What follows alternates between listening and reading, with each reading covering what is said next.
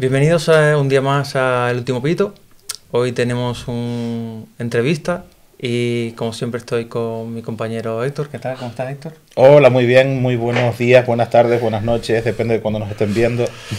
Antes de empezar con nuestro invitado, me gustaría hacer una aclaración de por qué hemos estado ausentes, entre comillas, nos hemos estado ausentes 3 meses y ha sido por motivos personales ajenos a nuestra voluntad, cosas que pasan en la vida. Pero bueno, estamos aquí para retomar lo que veníamos haciendo y para seguir con la misma ilusión. Y sin más, vamos a presentar a nuestro invitado de hoy. ¿Qué tal, Héctor Izquierdo, Triana? Muy bien, muchas gracias. Bienvenido. Un placer. ¿Te ha costado llegar hasta aquí? No, un sitio precioso y ya asomarse y ver ahí el Vejenado y la zona. Yo soy mis abuelos y mi madre, de hecho, nació en Tajuya, o sea que de todo lo que es el paso precioso y la verdad que muy bien, muy contento. Con la zona de la cumbre aquí muy bonito. Un sitio maravilloso, la verdad. Además, es uno de los únicos, del valle, que de la isla que tenemos como similar más a un continente, que no es una zona muy abrupta, con barrancos. Sí, cierto. De hecho, se habló en su momento de hacer un aeropuerto aquí al lado, ¿no? En esta zona. En la zona de las cuevas. Sí, en las cuevas. Donde la ermita del Pino de la Virgen, por esa zona de ahí.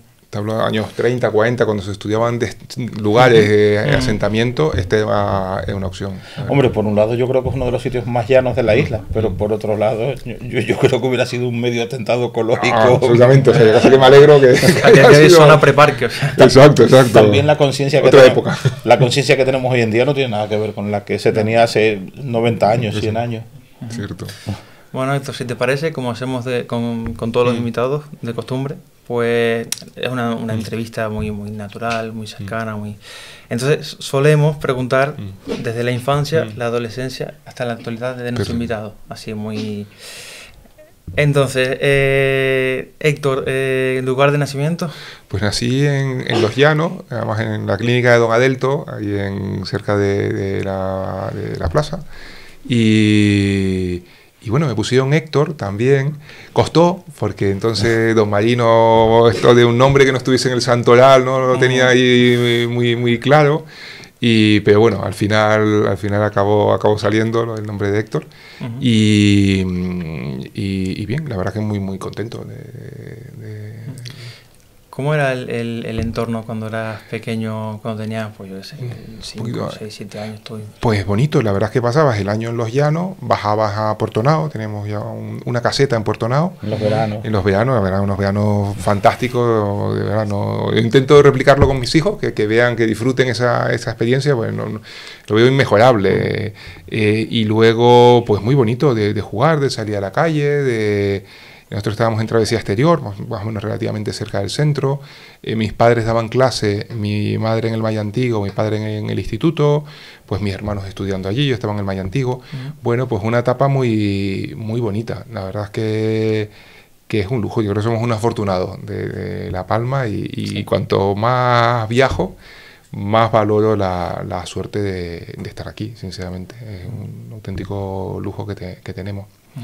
Y luego fuimos a estudiar fuera, a La Laguna, éramos 4 hermanos, entonces yo era el pequeño de los 4, y llegó un momento que mis padres, claro, cuando mi hermana ya la mayor, se va a estudiar primero de carrera, a hacer medicina, pues era el mandar 4 colegios mayores o 4 pisos o tal, al final, y siendo mis padres funcionarios, decían, bueno, pues igual que trabajo en estos institutos, pues pido traslado. Mi padre fue al Instituto Villa y Clavijo en La Laguna y mi madre a La Neja también en La Laguna, y así los 4 hermanos nos fuimos a estudiar a La Laguna ellos, porque luego cuando me tocó a mí fui a Madrid, a ICADE, la Universidad de la Compañía de Jesús, pero vamos, que si no me hubiese quedado a estudiar en La Laguna. Así que éramos esos palmeros fuera, esa diáspora palmera que existe, y que te encuentras a un palmero en cualquier sitio y casi no te dice soy canario, te dice no, soy palmero, ¿no? Lo primero de todo, luego también canario, por supuesto, y todo, pero de estar fuera. Y en La Laguna, la verdad es que hay una colonia palmera pues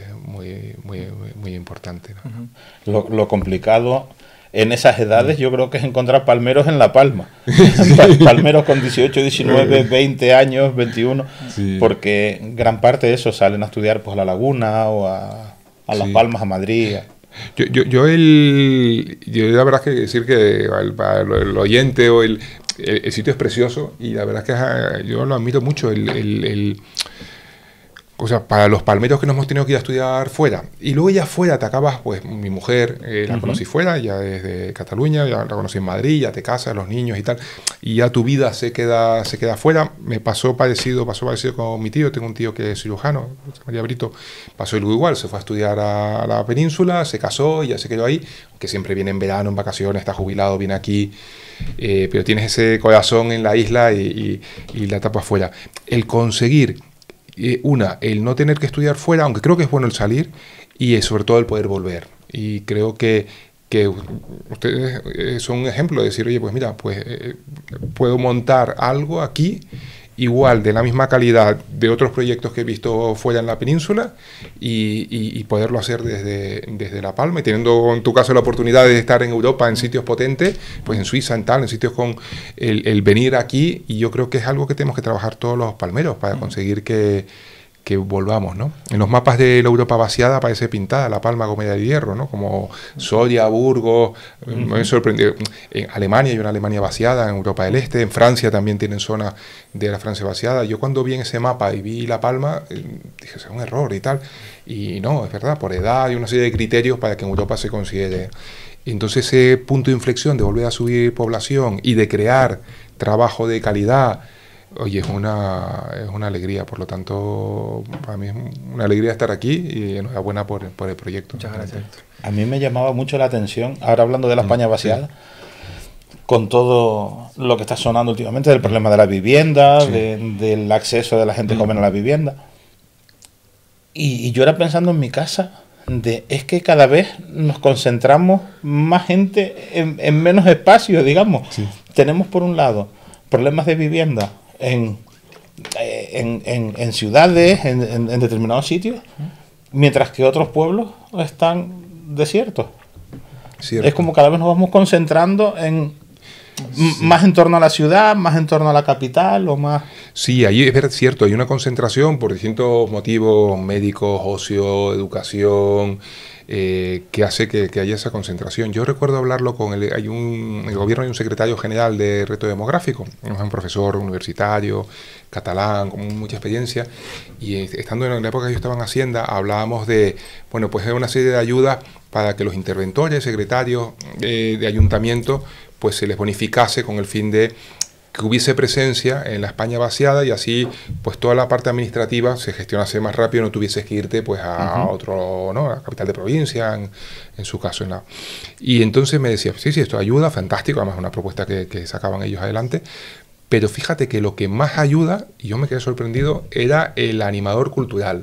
Y el animador cultural vendría a ser, salvando un poquito las distancias, como en el hotel, el que anima de venga, hoy acuallín y mañana teatro y venga y vamos a hacer no sé qué, como más muy dinámico, porque generaba una vinculación. Entonces, oye, estoy en un pueblo, pero además de mis servicios básicos, sanidad, educación y tal, tengo una pertenencia social. Entonces estoy en una murga, estoy en una cofradía, estoy en, no sé, preparo las cruces de mayo, estoy en algo social, en un grupo de teatro, y eso hacía una pertenencia que evitaba que te acabases yendo, porque decía, bueno, más o menos aquí cubro, pero tengo mi entorno, ¿no? Y que había que trabajar esa parte de pertenencia que en el fondo tenían estudiado, que ataba más a la persona, al territorio.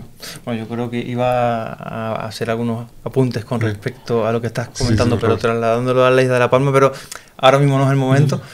Pero sí que es verdad que en esta isla, desde mi punto de vista, yo creo que desde muchos puntos de vista de otras personas, hay que hacer algo más porque es verdad que la isla se ha vaciado un poquito. También es verdad que lo que ha ocurrido con el volcán ha terminado de...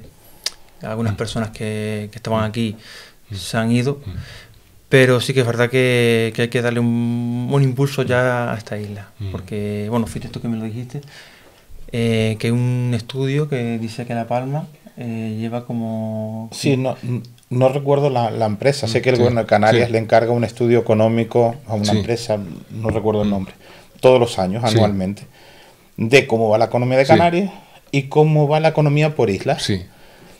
Y esta empresa decía que en los 12 años o algo así que llevan haciéndolo, dice, La Palma no es que decrezca económicamente, el problema es que está estable. Dice, claro, estable, mientras los demás crecen, realmente es un poco decrecer. Sí, mientras la población en Canarias ha crecido, y lo vemos sobre todo en Tenerife, Gran Canaria, pues casi 1 millón de habitantes, más de 1 millón de habitantes, con las consecuencias que supone en todos los sentidos, unos en producción, pero también atascos, etcétera.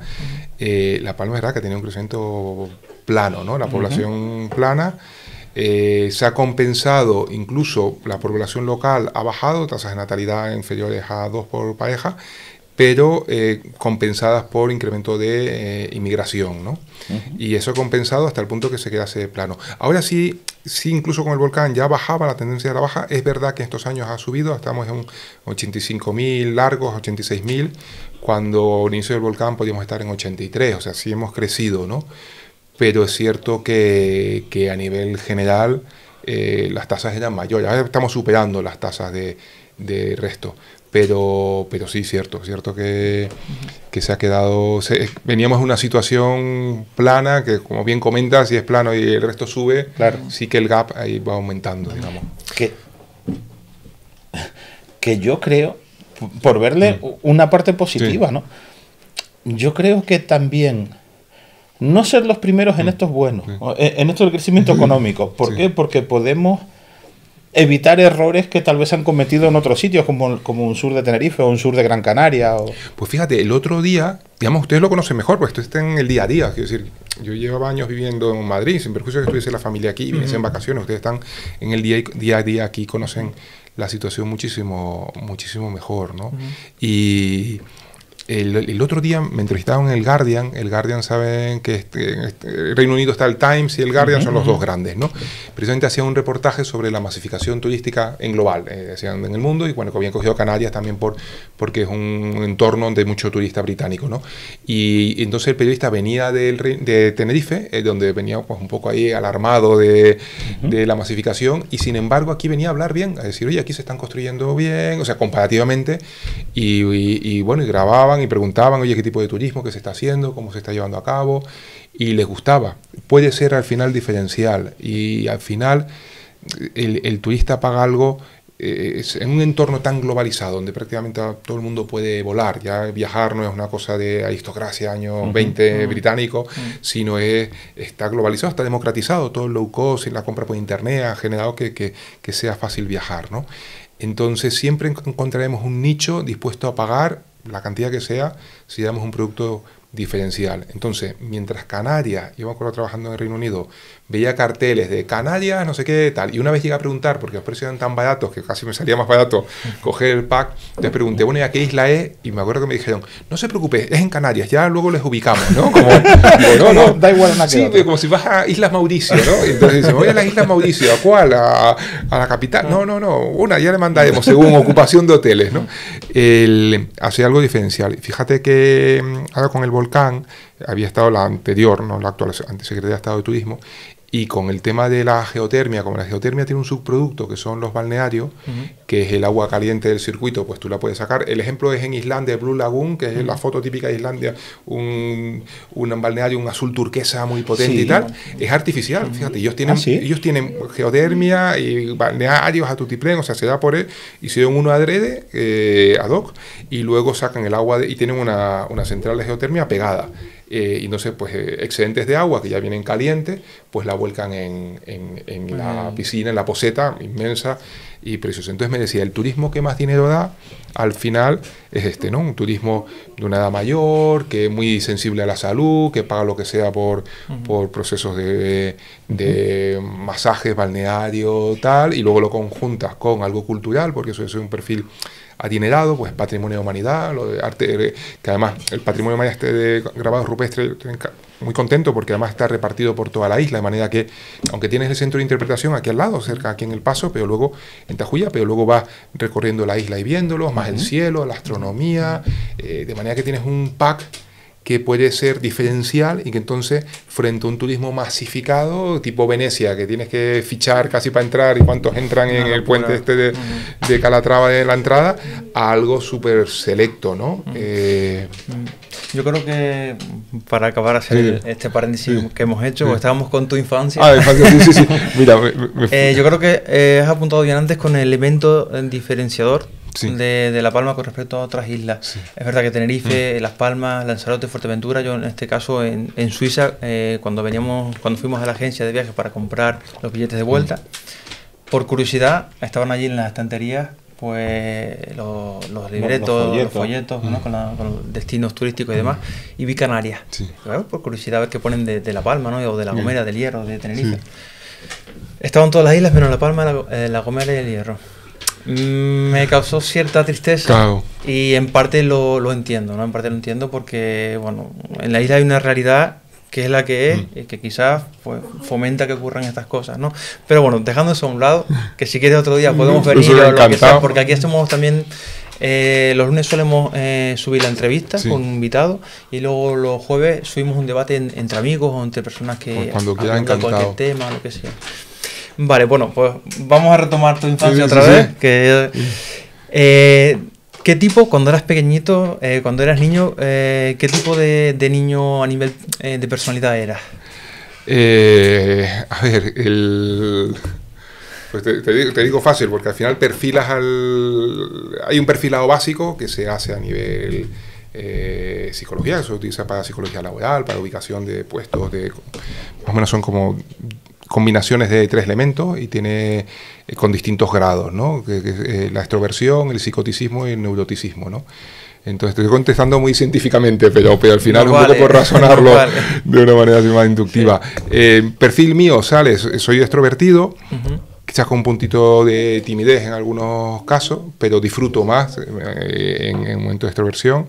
Tengo un neuroticismo bajo, o sea, soy muy poco maniático, un poco susceptible, digamos, y tengo un psicoticismo alto, ¿no? El psicoticismo es un poco dureza afectiva, oye, hay que conseguir un objetivo, pues ese objetivo, ¿no? Más o menos un poquito el entorno. ¿Eso cómo hace? Bueno, pues es un alumno bueno, yo sacaba, yo creo, buenas notas, era bastante así como yo creo que intentaba ser como un niño bueno, no era especialmente travieso, yo creo que sí, bastante estudioso, bastante malo en deporte, aunque me gustaban, pero bastante jugaba de portero, como el malo, ¿no? Para tener algo de protagonismo te ponían de portero, y al final me quedé jugando siempre de portero. Y luego sí, inquieto, me gustaba hacer teatro, bueno, con grupos de amigos, y la verdad es que recuerdo una infancia bonita, infancia, juventud, la verdad es que una etapa bonita. Desde luego yo creo que lo de buen estudiante no lo puedo dudar. Bien lo que tiene, yo creo que no hay lugar a dudas. Héctor, cuando eras pequeño, todavía seguimos con tu infancia, ¿tienes algún recuerdo marcado de esa época, tanto bien, tanto malo como positivo? ¿Algún recuerdo, algo que se pueda contar, que quieras contar? ¿Algo que te impactó de pequeño, algo que marcó luego tu devenir? Cuando era... pues fíjate, luego puedes conseguirlo, ¿no? Pero sí recuerdo, cuando falleció mi abuelo, que era un agricultor, la cantidad de gente que fue a su entierro, ¿no? Y el cariño que profesaba, ¿no? Y eso lo recuerdo, pues yo tendría a lo mejor, no sé, 12 años entonces, 12 años. Claro, era el primer fallecido en mi entorno, o sea, hasta entonces, gracias a Dios, no había fallecido nadie. Era como la primera vez que te planteabas lo de la muerte, ya no como una película del malo y tal, sino... Y como era una época de empezar a pensar qué querías hacer de mayor, eras muy joven para decidir, pero sí que ya empezabas como un poco... como esos valores, es decir, joder, al final lo que importa es ser buena persona, o sea, ha fallecido y al final mira cómo la gente lo ha querido, ¿no? Yo creo que fue ese momento que ves muerte, pero que a la misma vez pasa un poquito como la peli, no sé si habéis visto, la Inside Out, una de Disney, de Pixar, que es como en la mente de una niña y, bueno, tiene como recuerdos positivos, negativos y al final están unidos, ¿no? Y como de los momentos muy tristes al final acaba uniéndose como experiencias bonitas, ¿no? Entonces, como de un momento triste, luego también tenías el momento bonito de decir, joder, que eran unos valores y que era un esfuerzo y que era como una especie de reconocimiento por el cariño que profesaba sin ser capaz de evaluar lo que habría hecho, pero sí por el cariño veías decir, joder, entonces es como, joder, yo quiero ser como mi abuelo, ¿no? Era un poco ese cambio así de la infancia, ¿no? Bueno, pasamos a la adolescencia, que nos hemos ido un poquito con La Palma, nos hemos quitado un poquito La Palma y el mundo. ¿Cómo fue tu paso por la adolescencia? Pues la adolescencia, bien, hombre, con la complejidad que siempre tiene. Yo os digo, yo creo que era un niño bastante tirando a campanegado a niño bueno, era muy focalizado más en temas de estudio. Pero bueno, obviamente está la adolescencia, se generan hormonas y se genera mucha dopamina y eso genera que hay una rebeldía. A veces se canaliza con el deporte, otras veces se canaliza enfadándose con los padres. Yo creo que más intentaba ir con deporte, la verdad yo tenía muchísima suerte con mis padres y intentaba ir canalizarlo más con deporte, con esa extraversión, con teatro. Pero sí, es una etapa de descubrirse uno a sí mismo, de ver qué le gusta, qué no le gusta, de conocer. Sí es sensible. Yo lo pienso sobre todo por mis hijos, decir, oye, cuando lleguen, ahora que son pequeños, 11 y 9 años, tienes más manejable, y digo, oye, cuando llega la adolescencia, como sean ya 15, 14 o... Claro, y pierdes tu capacidad de influencia, poco a poco vas perdiendo tu capacidad de influencia, dejas de ser unos dioses para ellos y empiezas ahí... Se gesta esa rebeldía también en los niños, a veces en los adolescentes. Claro, como tuve la suerte de estar al final en La Laguna, en esta etapa ya cuando mis hermanos empezaron la universidad, que es una ciudad muy bonita por el aspecto cultural, ¿no? Porque tiene mucha vida y teatro y estaban los cines aquella en esa época, pues los cines y tal, y el grupo de amigos que se ha mantenido, que es la misma pandilla de amigos que cuando voy allí siguen igual, como si no pasase nada. Esto que llega y lleva sin verles un año, porque claro, entre Madrid y La Palma al final ya es muy puntual cuando voy allí, y cuando llega, vamos, como si no hubiese, entras en la conversación inmediatamente y fenomenal, la verdad es que bien. Música. Adolescente, ¿qué tipo de música escuchabas? Pues mira, me gustaba Mecano. No soy tan de... o sea, siento el análisis ahí correcto, de las actitudes que tiene espacial, numérica, verbal, va ligada a las capacidades, la musical. No es la musical la mejor mía, ni muchísimo menos. Nunca he sido así, nunca he tenido... Mira que he estado años tocando piano y órgano, pero no tengo ninguna facilidad. Y es verdad que a nivel musical, y antes mi hijo me lo preguntaba, decía, ¿qué grupos? No sé qué. Y me costaba un poco pensarlo, ¿no? Pero bueno, Mecano, me gustaba Mecano en esa época, Queen... pero fíjate, sobre todo más bien bandas sonoras. Bandas sonoras me gustaba ya desde entonces, pues entonces eran los más conocidos de la época, los John Williams, o sea, no estaba Hans Zimmer, ni música más tecno. Me gustaba ya Michel Jarre.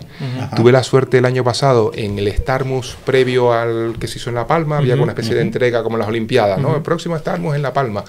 Y ver el concierto de Michel Jarre me encantó. El señor ya tiene 75, pero un espectáculo impresionante. No sabía ni que actuaba, o sea, que seguía actuando. Sí, tocaba algunas de las piezas conocidas de nuestra época y luego algunas ya más modernas, que yo ya me perdía, más tecno, ya más variantes, más...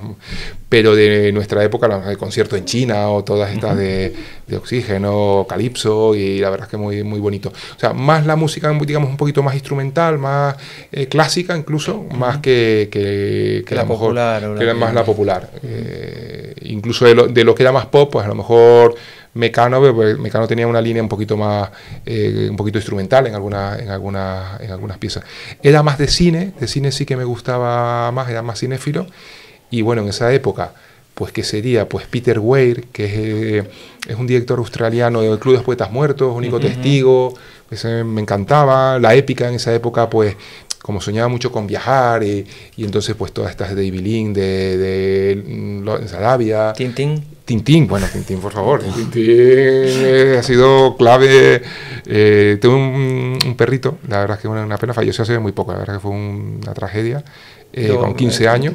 Disculpa, Héctor, también mi perrito falleció también con 15 años, se llama Pito, y el podcast se llama Pito falleció también el año pasado y lo he pasado yo pasé fatal. Yo estuve un mes sin levantar cabeza. Hay una frase que me encantó, de hecho es un autor, un dramaturgo, escritor de cine años 30 americano, que era algo así como si no hay cielo, si los perros no van al cielo, cuando me muera llevarme donde ellos estén, ¿no? Y es verdad, o sea, no te imaginas un cielo sin Milú, vamos. Yo la puse en una de mis historias de WhatsApp, justamente eso.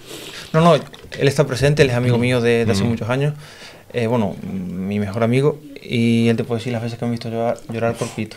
Durante una época, pues yo me la paso ya 3 meses y ya me he emocionado. No, nos ponemos a llorar los dos. Yo, fíjate, cuando hice la tesis doctoral, la primera página es de agradecimiento, entonces empiezas pues primero el director de tesis, fundamental, los codirectores de tesis, y no apruebas, y luego mi mujer, mis padres, mis hermanos, lo típico, pones ahí, tampoco mucho más, o sea, mis amigos en general y tal, alguna persona que te ha ayudado especial, pero vamos, y puse a mi perro, puse a Milú, y además porque Milú Tintín, claro, ya por Tintín, y entonces, porque claro, yo te ponía por la noche ahí a trabajar, entonces él venía, siempre me seguía, es un Scottish, es un West Highland Terrier, parecido a Milú, y entonces se ponía siempre a mis pies, y entonces, claro, toda la tesis la hice con él, y entonces puse a Milú. Entonces algún amigo me decía, tus padres, no sé qué, y ¿quién es Milú? Y decía, mi perro, claro, ¿quién va a ser? Y tal, y tenía mucho cariño. Y para los niños fue un trama, porque ellos nacieron ya con Milú, vamos, tenemos un Scottish, que es como el whisky en color negro, no sé si te acuerdas, había un whisky que se llamaba Black and White,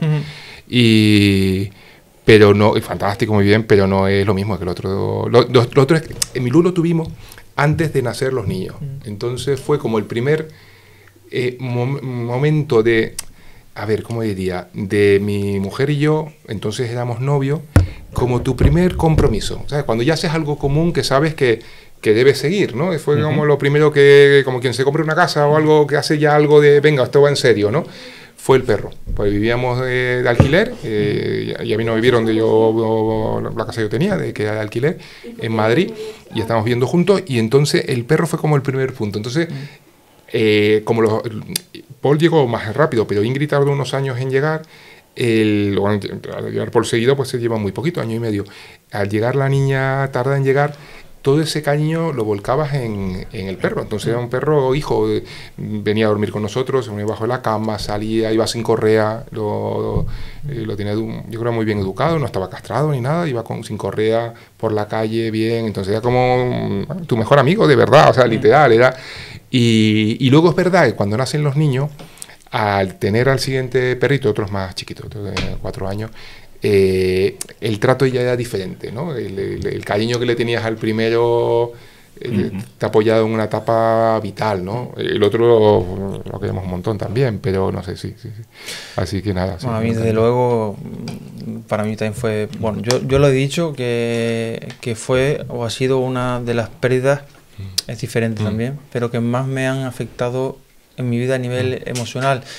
No quiero que se me malinterprete. Pues, te entiendo absolutamente. Y justamente el día que pasó, porque ya el perrito, pues la última semana ya estaba en paliativos y demás, bueno, y fui yo que tuve que avisar a la veterinaria en este caso, estaba de guardia, lo llevé, y el hecho de yo recuerdo antes de salir de casa, que le dije a mi pareja, Pito, yo creo que ya no, el pobre no, además le tocaba, estaba un poquito, eso le dije, he llamado a la veterinaria, tenemos que llevarlo ya porque estará sufriendo el pobre animal. Y yo recuerdo que él no se movía ya, ese último día sobre todo, y recuerdo de coger todo para ir a la veterinaria, y cuando fui a coger el perrito que estaba en su camita, no se movía, lo levanté para llevarlo, y en cuanto lo levanté para llevarlo, bueno, al coche y demás, para bajar la escalera, el perro se levantó la cabeza y miró así. Eso nunca se me olvidará. Joder. Y le fue, sí. Y luego ya, pues, mayorera. Yo no podía, pues, daba la casualidad, esto es un toque, que el ascensor estaba roto. Y tuve que bajar todas las escaleras hasta las plazas de garaje con el perro, y fue desde ahí hasta, bueno, fue hasta la Carrilla, no fue un trayecto corto por la circunvalación, pero aún así todo fue terrible. Y luego el hecho de dejarlo allí después de 15 años con nosotros, ¿no? Sí. Dejarlo allí encima de la mesa que tienen los veterinarios. Y cuando la veterinaria, que son unos profesionales, yo la verdad es que no podía hacer ese trabajo, ¿no? Igual que los médicos, ¿no? Cuando me dijo, bueno, pues le puso la primera inyección para sedarlo, y digo, ya se pueden ir si quieren, porque yo nunca olvidaré eso. Yo le dije a mi pareja, si de aquí hasta el coche me pasa algo, me caigo al suelo, porque yo estaba llorando, y voy a perder el conocimiento. Y al llegar a casa ya termino con esto, porque si no, yo creo que tanto tú como él Al llegar a casa, el vacío, cuando abrí la puerta y vi sus cosas, que ya él no estaba, que lo habíamos dejado en la veterinaria. Al siguiente día yo tenía miedo a salir de la habitación e ir donde el perrito siempre estaba. Y ahí paro porque... No, yo lo veo en todos lados y es duro. Yo la niña, yo recuerdo le pusimos de pelo y la niña decía, yo cuando sea mayor me voy a hacer médico, voy a clonar, voy a tal, y entonces guardamos trocitos de pelo. Y además en 3 sitios diferentes de la casa, yo también lo tengo. Para que, como un plan por si uno se pierde por lo que sea, guardamos de seguridad y fue tremendo. Yo no suelo llorar mucho, la verdad. O sea, a lo mejor de llorar así de lágrimas, a lo mejor, no sé, 10 años, no recuerdo el momento, me imagino cuando murió mi abuela. Y ahí sí, no en las primeras 24 horas, que estás como más despierto, más tal, con los niños pendientes, con tal, y hubo un momento que sí, que recogí algo y ahí me hundí, la verdad. O sea, no sé, pues eso, recogiendo unas mantas, algo así ya de que termina algo, de que tal, y ahí me eché a llorar, bueno, pues Héctor, gracias por su psicólogo de ambos en este momento, ¿no? Ya le pasó la factura. Pero también está bien estos momentos espontáneos, sí, ¿no? Sí. Que uno... Esto venía por lo de Tintín, que me encanta, sí, y soy súper fan de cómic. Igual que decía que música, bueno, tal, menos de cómic, me encanta. Cómic francés, franco-belga. Y intento que a los niños les encante. Hemos estado en Bruselas, en los museos de cómic. Compro cómic en francés, me gusta muchísimo, me gusta mucho, y empecé por Tintín, y ese personaje que viaja, que Tintín en el fondo, personaje muy soso, es todo el entorno que tiene alrededor, es Haddock, el tornasol, todos los viajes, los sitios, me encantó, o sea, así que de mis personajes preferidos. Y tengo un Néstor en cartón piedra, Néstor el mayordomo, para los que no conozcan, ahí a tamaño real. ¿Cartón piedra? Sí. Sí, y entonces al entrar en casa, que tiene una bandeja, entonces donde dejas las llaves y la cartera y tal, es como si estuviese esperándote ahí con la bandeja, y sí, me encanta mucho. Y Héctor, ya, bueno, en esta etapa de la adolescencia, universidad y demás, ¿pensabas ya en viajar o qué pensabas de tu madurez, de tu futuro? ¿Cómo te planteabas la madurez, la vida? A nivel personal, a nivel laboral, a nivel de ocio. Hay personas que tienen una vocación clara, yo los admiro. Personalmente creo que es difícil, salvo excepciones, conseguir tener una vocación muy clara de joven, porque necesitas como ver mundo para luego darte cuenta de lo que te gusta, ¿no? Hay casos que dicen, oye, pues mi padre es médico y me encanta lo que hace y quiero serlo y tal. Pero salvo que te toque algo muy cercano, creo que es difícil. Lo que sí tenía como ganas de hacer mucho, ¿no? De conocer, de viajar, eso sí que tenía ganas de... no sé, de exprimir un poquito del carpe diem, de exprimir un poco la vida, de buscar experiencia. Ese perfilado que te comentaba antes, a veces se llama como buscador de experiencia, ¿no? Porque busca meterse en reto, tenemos propensión a meternos en charco, pero una capacidad muy buena, ese perfilado, no quiero decir yo en concreto, de salir de ello, no lo sé, o sea, de salir, quiero decir, a lo mejor capacidad intelectual para ver un poquito el enfoque, pero sí es cierto que me llamaba un poco, a ver cómo explicarlo, hay un buscador de experiencias más sentidos de adrenalina, que sería pues la persona que hace puenting, parapente, tal, deportes de acción, de mucha adrenalina, ¿no? Y hay perfiles, pues fíjate, no difiere tanto, pero más marcado en aspectos más intelectual. Buscas esa adrenalina del reto sin una adrenalina física, porque precisamente no tienes unas actitudes físicas que tal, pero sí lo desarrollas más desde el otro campo. O sea, al final, las personalidades humanas están muy perfiladas y muy conocidas. Eso luego se utiliza mucho para el marketing, para las acciones, para ver un poco, para las negociaciones, pero iba en ese sentido. Y yo estudié en la universidad, en ICADE, hacía de hecho económicas y empresariales. En el fondo era como un abanico muy amplio, a diferencia de a lo mejor yo me voy a centrar en este tema y estoy como en una base muy amplia, pero también traducía como muchas ganas de conocer muchas cosas más que tener las ideas claras por una, que a veces es más práctico pues ser muy bueno en el que, no sé, le da el tornillo a la derecha y entonces es buenísimo en ese y es el mejor del mundo, ¿no? Era como una base muy amplia, ¿no? Viene yo creo que marcada por esa etapa. También mi padre pues profesor jubilado de literatura, entonces pues de pequeño nos hacía leer mucho. ¿Ha escrito algún libro, verdad? Sí. Además ha seguido, y él tiene 90 años y sigue escribiendo pues investigaciones en sanidad en las islas, educación en las islas, cuentos, poemas, o sea, tiene esa capacidad y eso yo creo que también te influye mucho, ¿no? Te genera esa inquietud de conocer un mundo, ¿no? De exprimirlo, ¿no?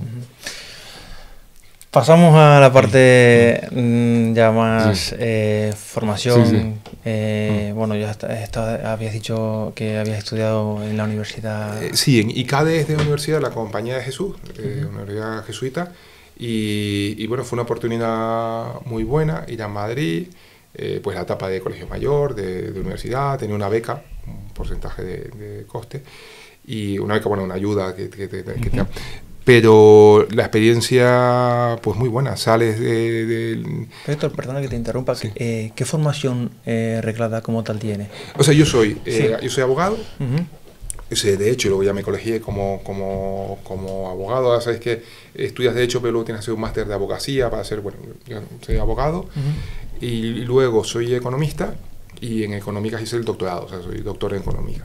Entonces tengo, digamos, las dos patas, ¿no? La pata legal y la pata económica. Ninguna de las dos es suave, ¿eh? No hay carreras mucho más complicadas. La económica es la que más he desarrollado, en la que más he trabajado, pero la jurídica está bien. Y la verdad es que en ambos campos pues son bonitos de aprendizaje. He tenido el honor, porque la verdad que ya más agradecido, de entrar en la Academia de Legislación y Jurisprudencia de Canarias, donde hay dos canarios, dos palmeros que saben muchísimo más que yo, vamos años luz, que es Alfonso Caballé, que es notario, y que ha hecho una labor, ha ayudado muchísimo en muchos temas, pero en concreto en el volcán ha sido espectacular, y Juan Rodríguez, que es el decano del Colegio de Abogados de La Palma y de Canarias, que también... Alfonso es decano del Colegio de Notarios, también de Canarias, y son los otros dos palmeros que están en la academia. Eso es una parte jurídica. Y la parte económica es más el campo donde yo casi me siento, donde he trabajado más y me he desarrollado más.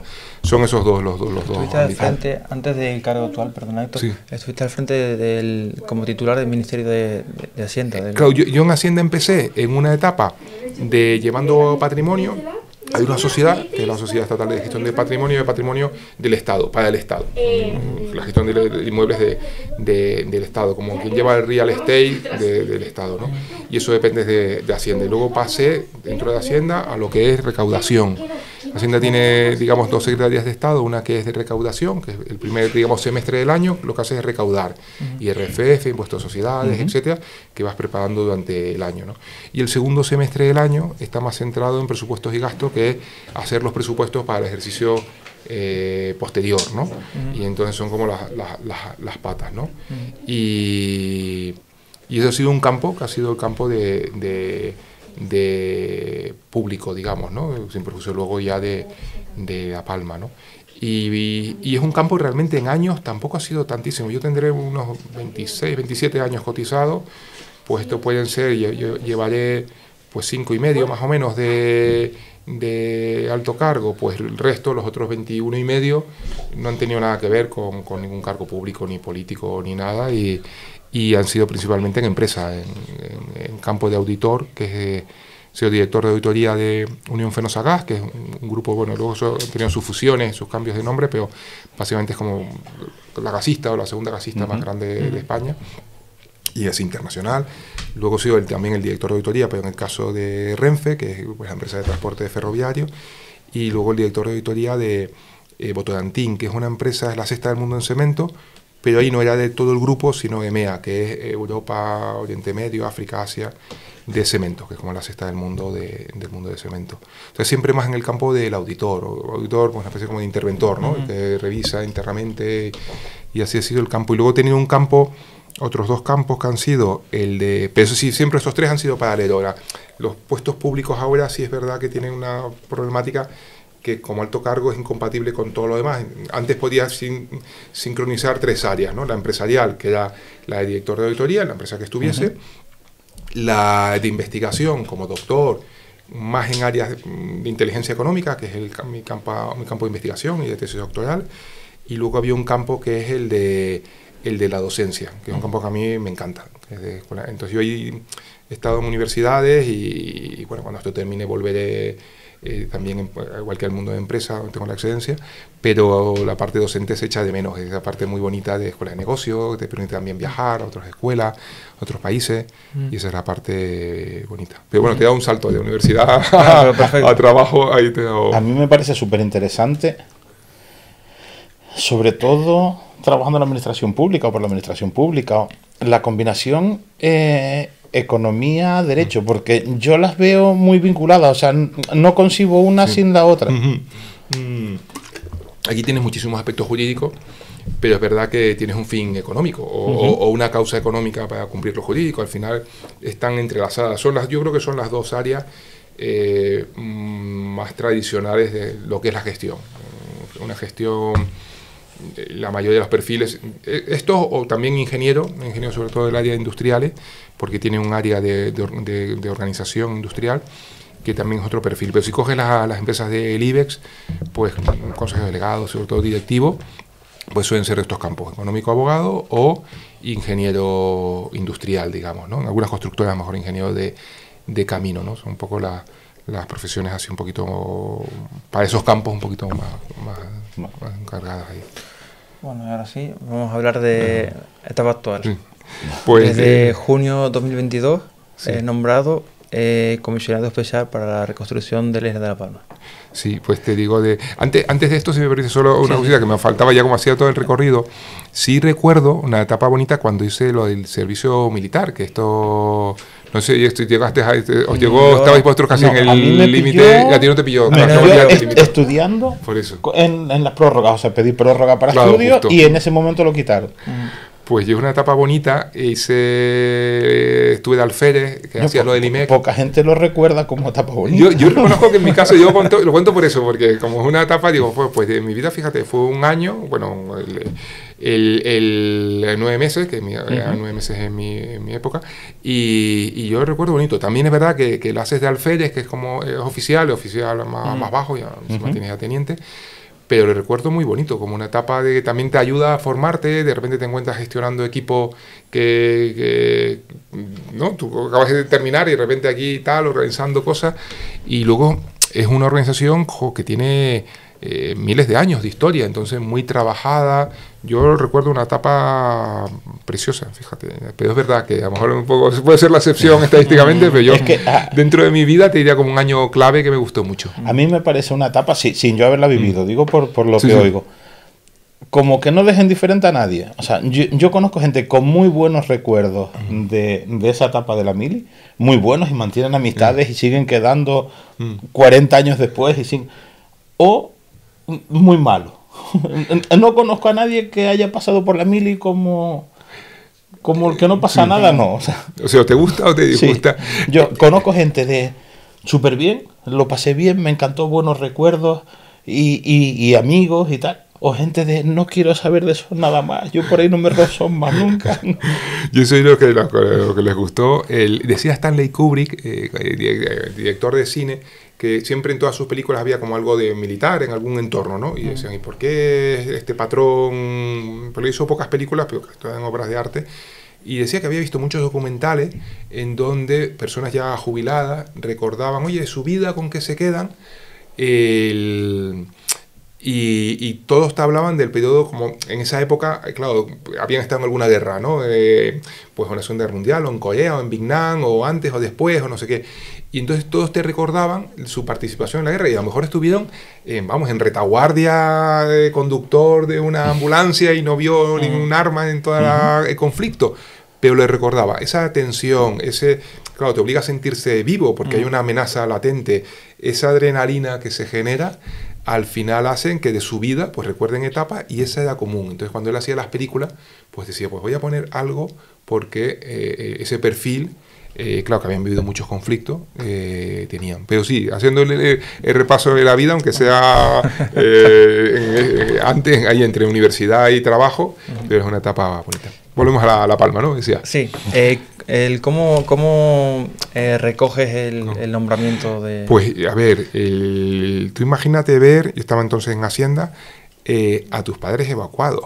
Claro, esta imagen que tienes más propio de un tercer mundo, de una catástrofe, de tal, no te lo imaginas. En la vida, mis padres estaban en Puerto Nao con mi hermana y tienen que salir, como todo el mundo, emergencia, no sé qué, y tienen que dejarlo todo. Es más, cuando, no sé, un mes después dan 10 minutos por familia para ir a recoger las cosas, mi padre 90 años, mi madre 85, bueno, estaban como para mucha gincana de 10 minutos y voy yo a buscarlo. Y con el típico listadito de que tengo que coger. Y cuando entra, un olor muy malo y tal, y era la comida, fíjate, habíamos estudiado todos los factores. Coge no sé qué, está en este cajón, está en no sé cuánto, está en no sé qué, tal. Y era la comida, pero la comida, o sea, era como lo de las películas, este es el Triángulo de las Bermudas, que aparece el barco y la sopa servida, pero no hay nadie. Pues una cosa igual, la comida estaba servida, claro, ya podrida después de un mes, y un olor tal, vamos, se me fueron los 10 minutos recogiendo la basura, y... claro, cuando ves eso, no sé, en la vida sabes siempre dónde debes estar. Otra cosa es que no quieras, no puedas, pero siempre sabes el camino correcto, ¿no?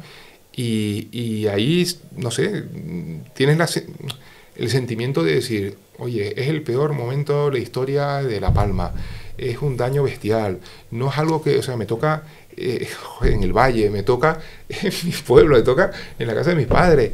Escobar, y yo era el único alto cargo palmero en Madrid en los últimos 70 años. Joder, ¿dónde voy a estar? O sea, ese era el momento de decir, oye, ¿dónde hay que remangarse? Ese mismo jueves volamos casi en el último vuelo antes que luego con la ceniza se empezasen a restringir los vuelos. Me acuerdo que ir con el martes, creo que diga, fue el volcán el domingo, con el avión todo lleno de periodistas. Era como ir rápidamente a ver y bueno, es verdad que al principio se decía que iba a ser muy rápido. Decían, bueno, pues hoy es martes, el domingo llega la lava al mar. No sé qué. Decían que iba a ser 4 veces más pequeño que el Teneguía, llegué a oír algo así. Sí, que era una cosa como venga y tal, pero ya cuando esto se va alargando, el destrozo empieza a acumularse, pues hombre, yo creo que uno tiene claro dónde tiene que ayudar, ¿no? Y empujar. Es verdad que los comisionados anteriores, bueno, los 4 comisionados que ha habido de emergencia, siempre se busca, siempre tienes a alguien local que esté en el gobierno. En su momento, Lorca, Prestige, fue Rodolfo Martín Villa, que había sido un histórico ministro con Suárez, vicepresidente con Calvo Sotelo y muy vinculado a Coruña. Y la verdad, una persona con la que me reuní varias veces, me reuní una cabeza privilegiada, la verdad, y que me ha dado muy buenos consejos.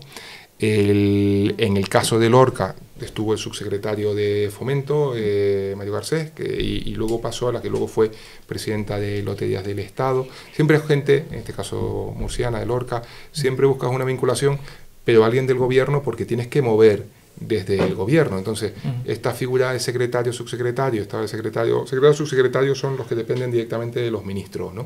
Secretarios como operaciones, como si en una fábrica fuese director de la fábrica, y subsecretario, no depende de un secretario, están ambos dependen del mismo nivel.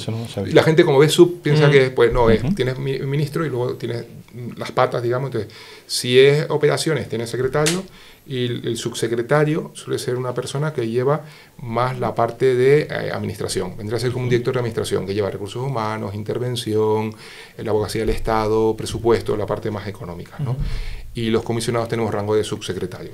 Entonces, pues porque tienes un poco ese perfil, oye, tienes que gestionar. Yo de la parte positiva, luego Rollas y míos muchísimos, vamos, pero yo de la parte positiva y que gestión, oye, al final pues te dan 1.200 millones, oye, pues que se ejecuten, o sea, movilicen, que no estén todavía esperando, que se muevan, que ese dinero no se devuelva, porque las tasas de ejecución históricamente están en torno a un 70%, siempre sobran un 30%, que en ese caso serían 350, 400 millones perdidos, aquí está el 100%, o sea, no se ha devuelto nada. Hubo 1 millón de un plan de empleo de Los Llanos, pero luego conseguimos meterlo con otro plan de empleo y recuperarlo para La Palma, y no está judicializado, afortunadamente, sin perjuicio que pueda haber alguna cosa más puntual. Lorca tuvo una judicialización altísima que luego te ralentiza todo el proceso, ¿no? Entonces, son como los indicadores un poco de gestión, ¿no? Y eso es una parte jurídica y económica al final. Manejas dinero y manejas sobre todo leyes para intentar que vayan saliendo los temas adelante. En ese momento del nombramiento, ¿no asusta un poco el decir, uff, qué marrón? O sea, por un lado, qué bien porque soy de ahí, me nace y conozco la realidad Mira, asustaba más a mis padres, sinceramente, y a mi entorno así de hermanos y tal, asustaba. No por la gestión en sí del proyecto, sino un poco por... Y es verdad, por la vinculación, porque este tipo de proyectos es difícil que salgan perfectos, siempre habrá cosas que no pueden salir, a veces por errores de uno, a veces por imposibilidades de otros, pero al final no salen, ¿no? Por lo que sea, ¿no? Y si eso siempre va a generar una frustración, ¿no? Siempre... somos animales al fin y al cabo y tenemos un efecto ataque-huida, ¿no? Entonces, cuando no podemos huir, cuando estamos acorralados, generamos mucha noradrenalina para darnos fuerza y la desahogamos con dopamina. Cuando estamos en un entorno y criticamos a alguien y entonces, y este más, y este no sé cuánto, a veces las redes sociales, me refiero, no lo digo en mi caso, pero quiero decir que en general es un elemento, cuando se reúnen grupos, tú buscas un enemigo, venga, lo haces como un desahogo porque te genera satisfacción. La dopamina te genera satisfacción en el corto plazo, luego en el medio te genera mucho arrepentimiento, o sea, no es muy susto, tienes que tratarla bien porque si no es un problema. Y mis padres eso les preocupaba, porque decía, oye, es una persona que tienes tu carrera, que tal, que vives en Madrid, que te vienes aquí en vacaciones, que está perfecto, la imagen, que bien, es buena, y te vas a encontrar en una situación donde vas a sufrir, te vas a sufrir porque ves que hay cosas que no salen y las vas a hacer tuyas y lo vas a pasar mal, va a haber gente que hagas lo que haga y haciendo cosas bien, pero también haciendo cosas mal, van a estar enfadados, a veces con razón, sin razón, pero a veces también con razón, van a estar enfadados. Y ellos no lo veían, era como, habrá necesidad, ¿no? Era la frase un poco de mi madre, decía, pues habrá necesidad, no, pero no de mi madre, muchas madres. Típico de las madres. Sí. Tendrás necesidad. Tendrás necesidad de meterte en este fregado, ¿no?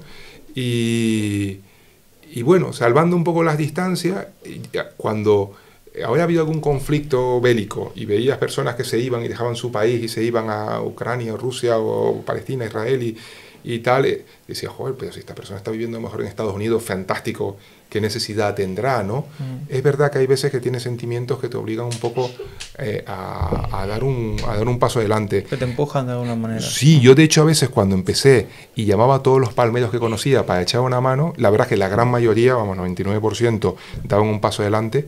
Cuando había algún caso que no lo entendía, me sentía mal y no me hacían nada malo, decían, oye, mira, que me va muy bien aquí, gracias y tal, y tal, y decía, joder, pero ¿cómo puedes no ayudar, no? Y la gente se ha volcado, y antes te ponía dos ejemplos, ponía a Alfonso y a Juan, oye, podía haber sido Alfonso en su notaría fantástica y organiza, busca 55 notarios, implanta aquí, busca no sé qué. Juan podría estar tranquilamente, venga, pues ahora monto con los abogados de turnos de oficio, Carmen López o Nemesio en Volcán IGN, podrían haber dicho, hago mis informes, publico mis papers y dan la cara pues para ir recuperando pueblos. Ha habido gente, joder, que ha dado un paso adelante para hacer cosas y que era la única manera de sacar las cosas adelante. Héctor, ¿crees que en general, hablando, perdón Héctor, de todo esto, ¿crees que en general la población entiende y comprende hasta qué punto la administración puede entenderlos y ayudarlos? O sea, ¿tienes algún sentimiento? A ver... porque es complicado, es complicado por lo que estábamos hablando antes, ¿no? Hay cierta desinformación y gente que, por lo tanto, no comprende ciertas cosas y, bueno, pues puede generar incertidumbre. Entonces, completamente, sí. Sí, es verdad que la comunicación es importantísima y es verdad que hay veces que por ambas partes, más por la administración que está obligado a conocer la problemática del afectado, ¿no? Lo que está sufriendo, los problemas que tiene. Os pongo un ejemplo, te decía un poco zona negra ahora en Puerto Nao. Los veo que con algunos vecinos esta tarde. El jefe de bomberos, que ahora los bomberos están ayudando muchísimo, y Y claro, pues casos que, por ejemplo, dice, oye, pues no he cobrado una ayuda porque sigo teniendo la casa, pero tampoco he recuperado la casa. Entonces tienes que ponerte un poquito en la situación de un caso como súper particular, ¿no? Es decir, y hasta que no hablas, no entiendes, no conoces, ves la casuística de cada uno. Y cada persona tiene su casuística ligado también a sus situaciones personales, entorno familiar, económico, y casi es muy como customizado, muy depende de la persona. Entonces es verdad que tienes un grupo de ayudas que son estándar y bien las solucionas, pero luego empiezas a ver los casos particulares que son muchísimos, cada una con su particularidad y es verdad que a veces la administración es garantista, no está diseñada para esa personalización, a más grande, más difícil de adecuarse. Y por otro lado, también es verdad que es compleja los procesos, los tiempos. Son 4 administraciones, porque tienes estatal, pero tienes autonómica, tienes insular, tienes ayuntamiento, con sus protocolos y ser capaz de hacer ese match. Yo he descubierto, porque tenía Facebook, pero no lo usaba mucho, tenía más LinkedIn, que se usa más como más laboral. Y si LinkedIn tenía un montón de contactos y tal, Facebook lo tenía muy poquito, y ahora sí le he sacado casi hasta el tope de personas, creo que son 5.000, y son prácticamente, la mayoría son del Valle, porque está casi creado, y como un elemento de llegar, y por eso todo lo que son canalizados a través de Internet, yo creo que es el camino que veo, no iba a decir el futuro, es solamente el presente, porque pensaba, haces una nota de prensa, te la tiene que revisar todo el mundo, las notas de prensa luego pueden tener algún sesgo partidista de vender alguna idea, y sin embargo una red que tú salgas y cuentes, pues mira, ha salido esta ayuda y esto consiste en esto y esto, y tú dices, pues esta no me afecta, pues no tal, o esta, y pues voy a escucharla, a ver, y luego el canal de si hay duda, y poderte escribir o llamarte o WhatsApp, no sé qué. Al final yo creo que la administración tenderá a buscar esos canales que te permitan esa cercanía, porque hacer un anuncio fantástico de tal queda muy alejado a lo mejor de lo que el afectado está esperando, ¿no? Yo no sé si has notado, o es sensación mía, que una parte de la población puede que la comunicación no haya sido todo lo fluida, pero otra parte de la población yo creo que ha politizado todo el tema del volcán en las ayudas. Lo digo porque yo conozco casos, evidentemente no voy a dar nombres, pero yo conozco casos de gente que niega las ayudas que ha recibido. O sea, yo no las he recibido. Cuando, oye, yo soy afectado, yo recibo ayudas, yo me leo el BOE con los listados, y tú dices que las mismas personas que me dicen que no han recibido las veo en los listados. O sea, no sé si tú has notado que desde algunas personas o se ha querido politizar también esto de alguna manera. Sí, a ver, fíjate, hay áreas donde puede haber discrepancias políticas, áreas me refiero de gestión en general, ¿no? Cuestiones fiscales, cuestiones sociales, sobre todo política social, en algunos aspectos sí pueden haber, distintos planteamientos o enfoque de cómo gestionar las cosas, ¿no? Pero una reconstrucción es un tema muy técnico, ¿no? Puerto Nao, hay que recuperar Puerto Nao, o hay que hacer una carretera encima de la colada, o hay que hacer una actualización notarial de las propiedades. Eso es muy técnico, o sea, ahí no hay distintas perspectivas, más de un lado, más de otro, más de arriba, más de abajo, sino es gestión. La gran mayoría de las decisiones que se han tomado en la reconstrucción son de gestión. Entonces, la cuestión política, ahí el objetivo es sacar las cosas, ayudar, ¿no?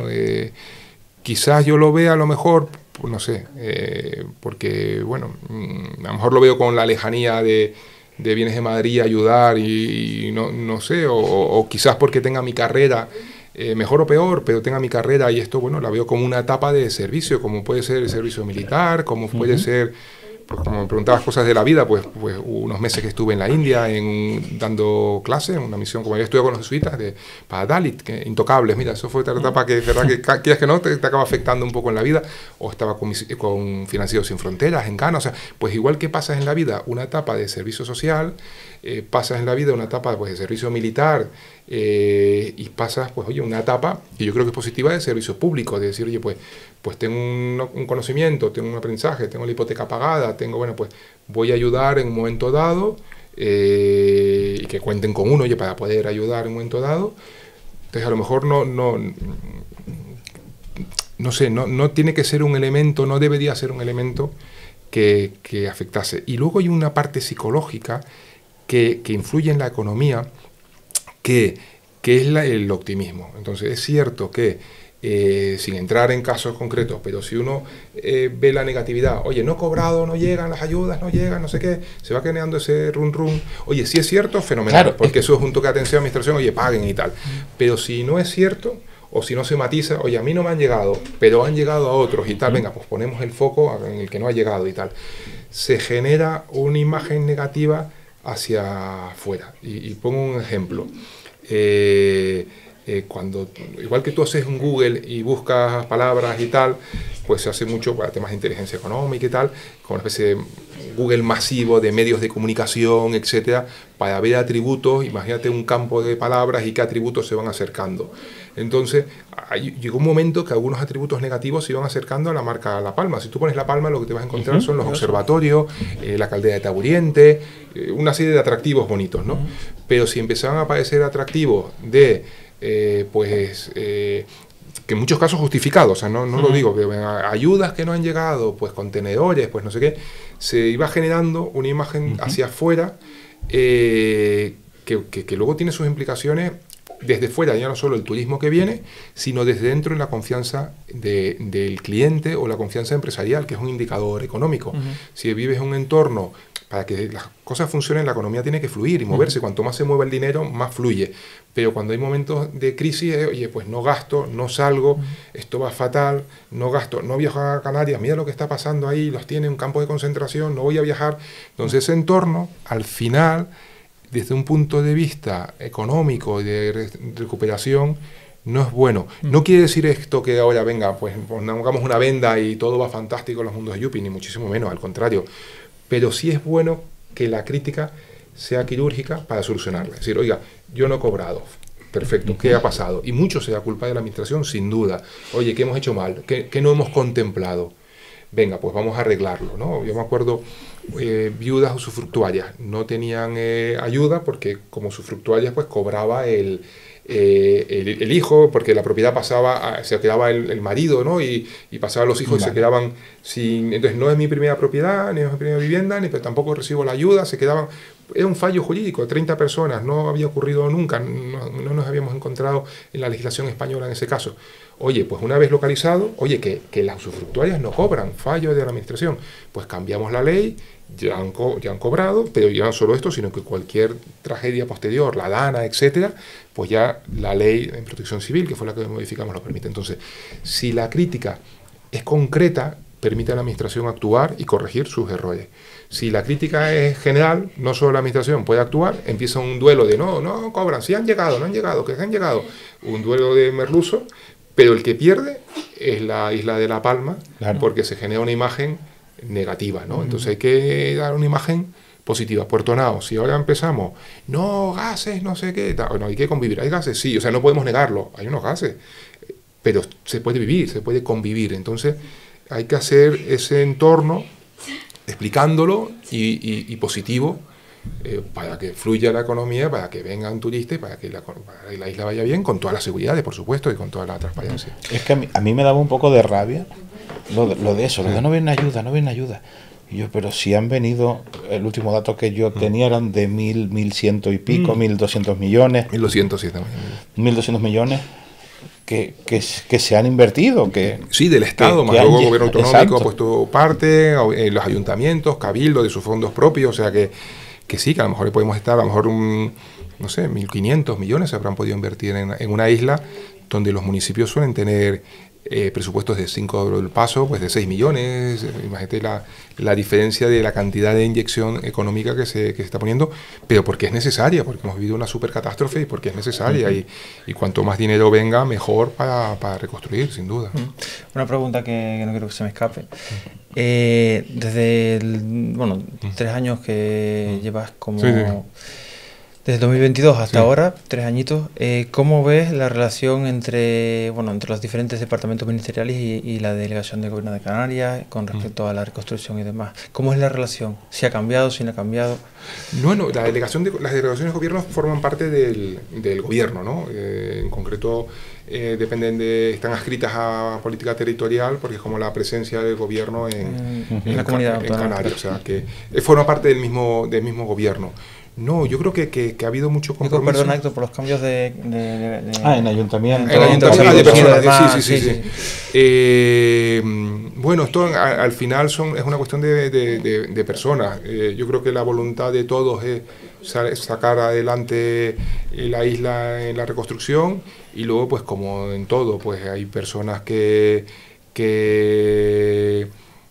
no sé, que a lo mejor empatizan más o que están más preparadas o que tienen más empatía o no sé, como todo, ¿no? O que representantes públicos. Representantes públicos. Yo la verdad es que con todos los que he trabajado, que bien, y además es que es mi obligación el trabajar que tenemos un ejecutivo partido en 4, o sea, tradicionalmente había un único ejecutivo, o sea, aquí tú tienes un legislativo que hace las leyes, el Congreso y Senado, un ejecutivo que vigila que se cumplan, ¿vale?, que son los jueces, magistrados, y un ejecutivo que también hace leyes, menos que el legislativo, pero en el caso de La Palma todas, porque como es un tema de emergencia, todas, reales decretos, reales decretos leyes, o sea que toda la normativa de La Palma se hace en el ejecutivo y que luego ejecuta.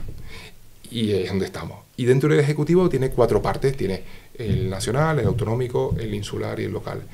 Entonces, como lo que antes era uno, ahora somos 4, tienes que estar coordinados y trabajarlo. Y yo la verdad que con los alcaldes con los que he trabajado, con los presidentes de cabildos con los que he trabajado, con los distintos ministerios que han estado involucrados, yo les veo comprometidos y además con un único fin, porque es sacar las cosas adelante, independientemente del color político, o porque afecta menos a nivel, yo creo que reconstrucción, frente a otros campos, que es un campo, creo que es un campo menos politizado que en otras áreas, y porque es la obligación. O sea, si a mí me dices que, no sé, voy a poner así, hacerlo muy llevándolo al absurdo, no me interpreten, pero dice, oye, que ahora ha habido un cambio de gobierno y el ayuntamiento X del Valle, pues son con los del Valle con los que trabaja, ahora va a gobernar una coalición, Ku Klux Klan con partidos nazis y panteras negras.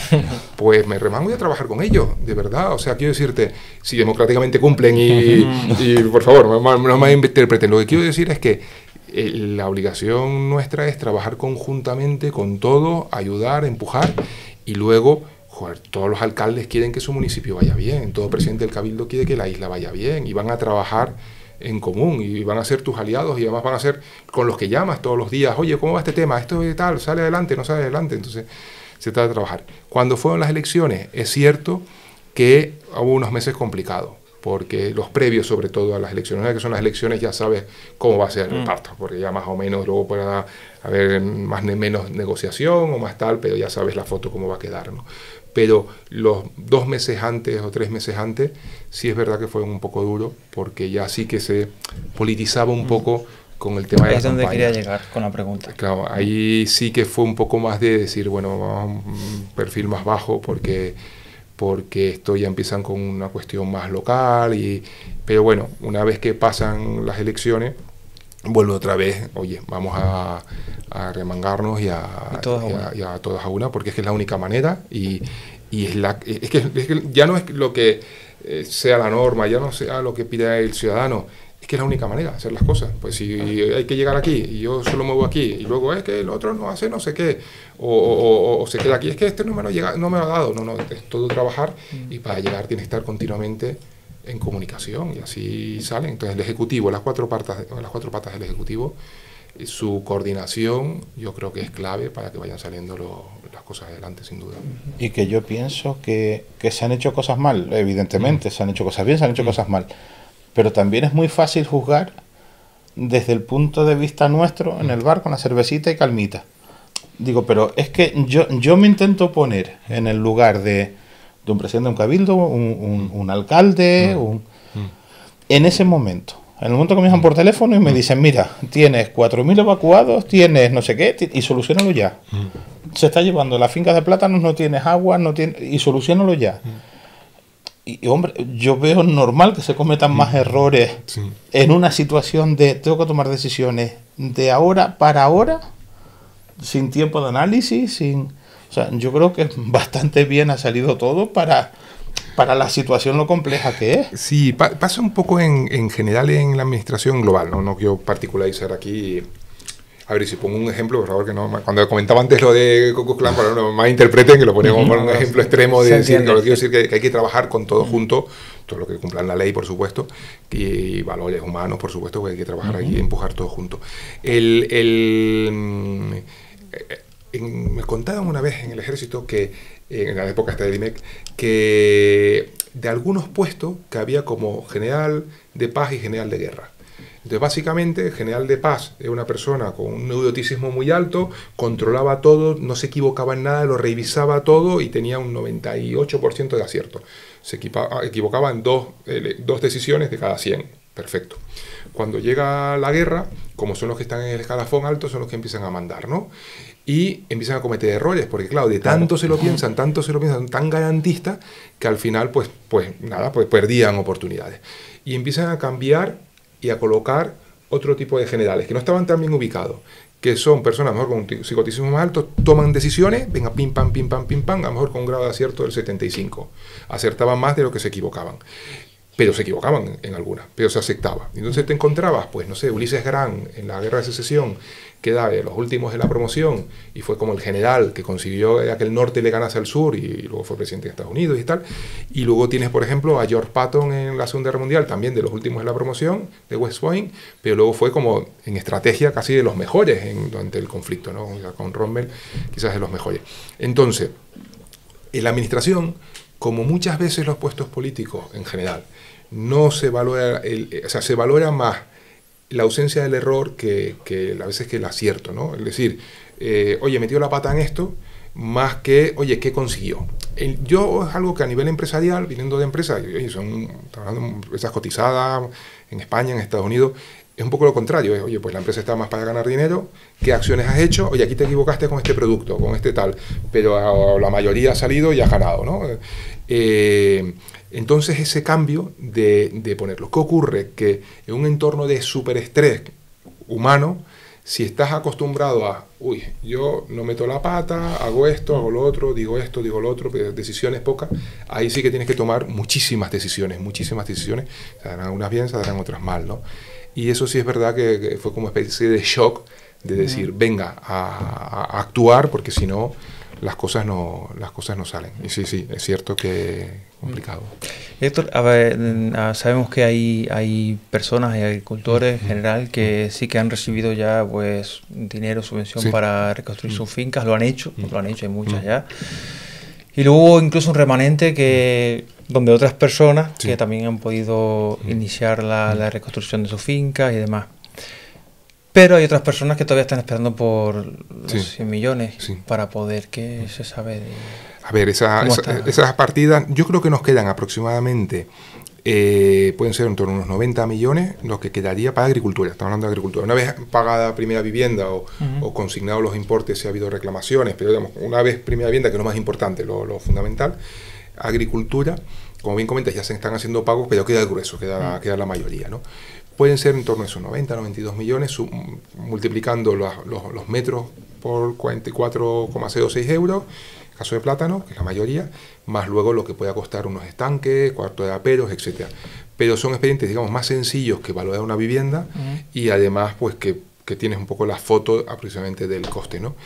Ese importe, esos 90, bien pagándose del Estado, con importe del Estado, o bien como en la parte autonómica, sí es fundamental y es cierto que es clave para que se pueda hacer la reconstrucción agraria, porque claro, hemos puesto dinero para carreteras y van llegando, sobre todo de acceso, aunque luego se falten más a futuro, pero bueno, por lo menos que lleguen los camiones, que tenga como el plan de empleo personal para que los ayuntamientos vayan sacando las licencias, que mientras tanto haya habido ERTES, ayudas a autónomos para tener ese escudo social. Venga, vas llegando por todos los caminos, pero cuando llegas ya has hecho la planificación de territorio para que se sepa que puedes construir, tienes pues con los notarios toda la regularización de las propiedades, entonces ya cuando lo tienes todo, cuando ya tengo aquí mi terreno legalizado, con el camino, ¿no? Me han llevado hasta ahora, he tenido la protección y llego hasta ahora al 2025 con la ayuda social y me falta el dinero para construir. O sea, para mí ahora mismo, hace bien en preguntarme, porque yo creo que es el punto más importante ahora mismo que tenemos, es ese.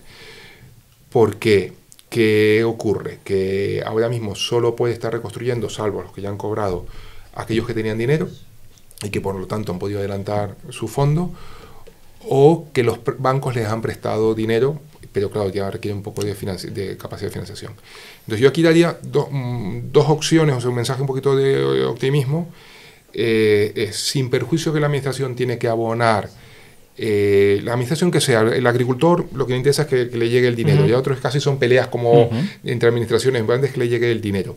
Tiene que cobrarlo, porque ya ha habido afectados que han cobrado los 44, y no uno o dos, que puede ser, fue un error, un número considerable. Por lo tanto, si bien no hay una ley que obligue a abonar, o sea, realmente leyes de las ayudas no existían, las hemos creado, habré participado en 30 leyes probablemente, no existían. Lo único, la ley de consorcio de seguro para las casas que estaban aseguradas, lo único casi que existía, ¿no? Y se ha aprobado muchísimo, pero si bien no existe una ley que diga hay que pagar 44 al agricultor que pierda, no, pero sí hay una cosa que es el agravio.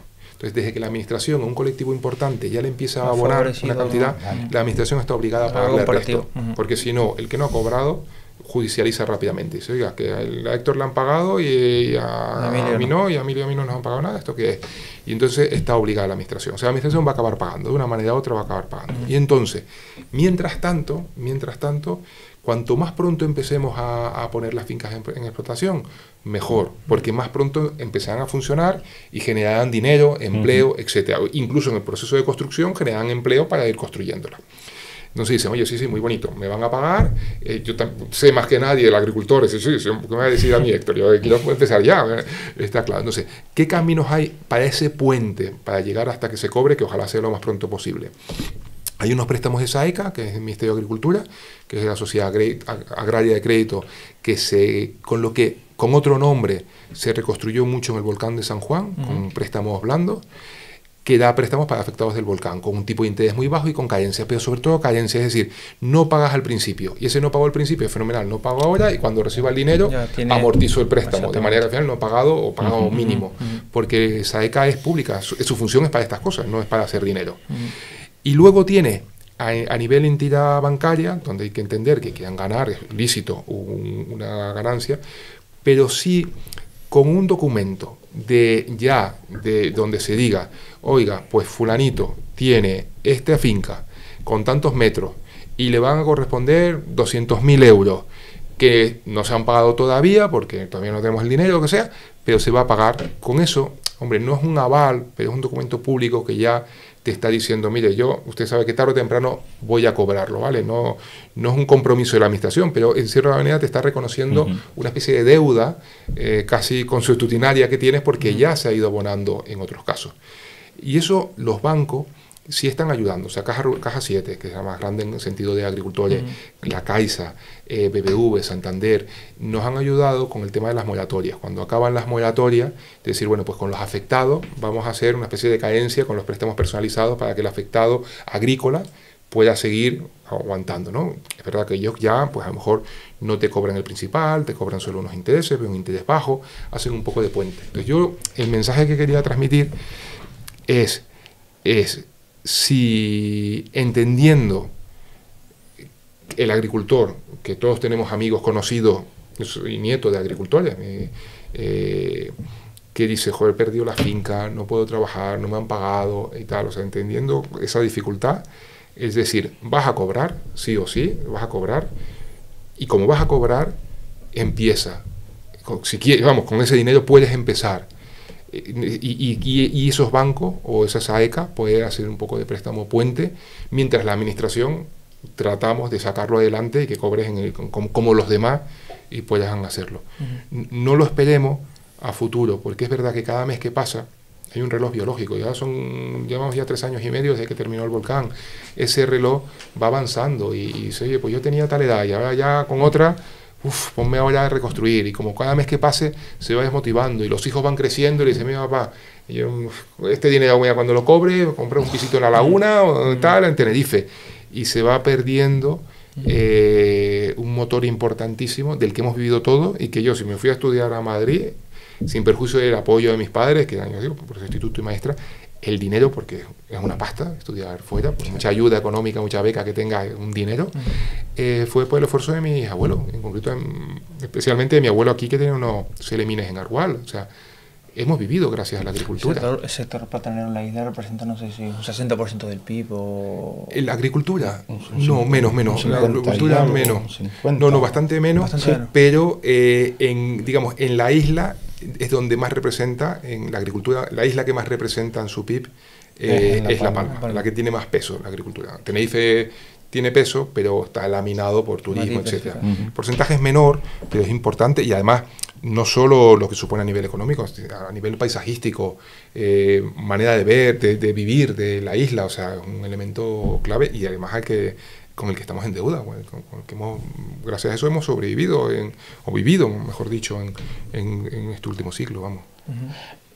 Los 100 famosos millones que es aparte de esos 90, no, yo están decía que dentro de... Claro, ese dinero se ha utilizado el año pasado para la primera vivienda, y el siguiente, digamos, el siguiente escalón del plan era para agricultura. Primero resuelve la vivienda, que es lo más relevante, y luego ya se resuelve agricultura. Entonces sería, por eso digo que ni siquiera harían falta 100 más los 50 del gobierno canario, 150. O sea, quiero decir, con lo que se va pagando, más o menos el número para... Oye, que cuanto más dinero venga, mejor. Oye, que cuanto más dinero se tenga, pues siempre habrán opciones de hacer cosas en La Palma, ¿no? Pero centrándonos en, oye, hay que resolver esta parte, en vez de hablar de dineros en general, es decir, venga, vamos a resolver agricultura y que esa fábrica, digamos, empiece a producir, por así decirlo. En su momento se oyó lo de la macrofinca, que yo nunca lo llegué a entender muy bien. ¿Eso quedó descartado? Sí, eso es una cuestión autonómica. Pues como comentaba antes, hay competencias de otras administraciones. Ya es una cuestión autonómica, entonces que se valoraron sin llegar a ser una norma, una ley autonómica de ordenación. En su momento se planteaba, una de las opciones que se planteaba, vamos, yo creo que era un poco el modelo que se planteaba. Pero bueno, a nivel autonómico, la ley que se ha aprobado es la de modelo actual, donde el propietario de la del terreno que existía, pues sigue existiendo en esos mismos metros cuadrados.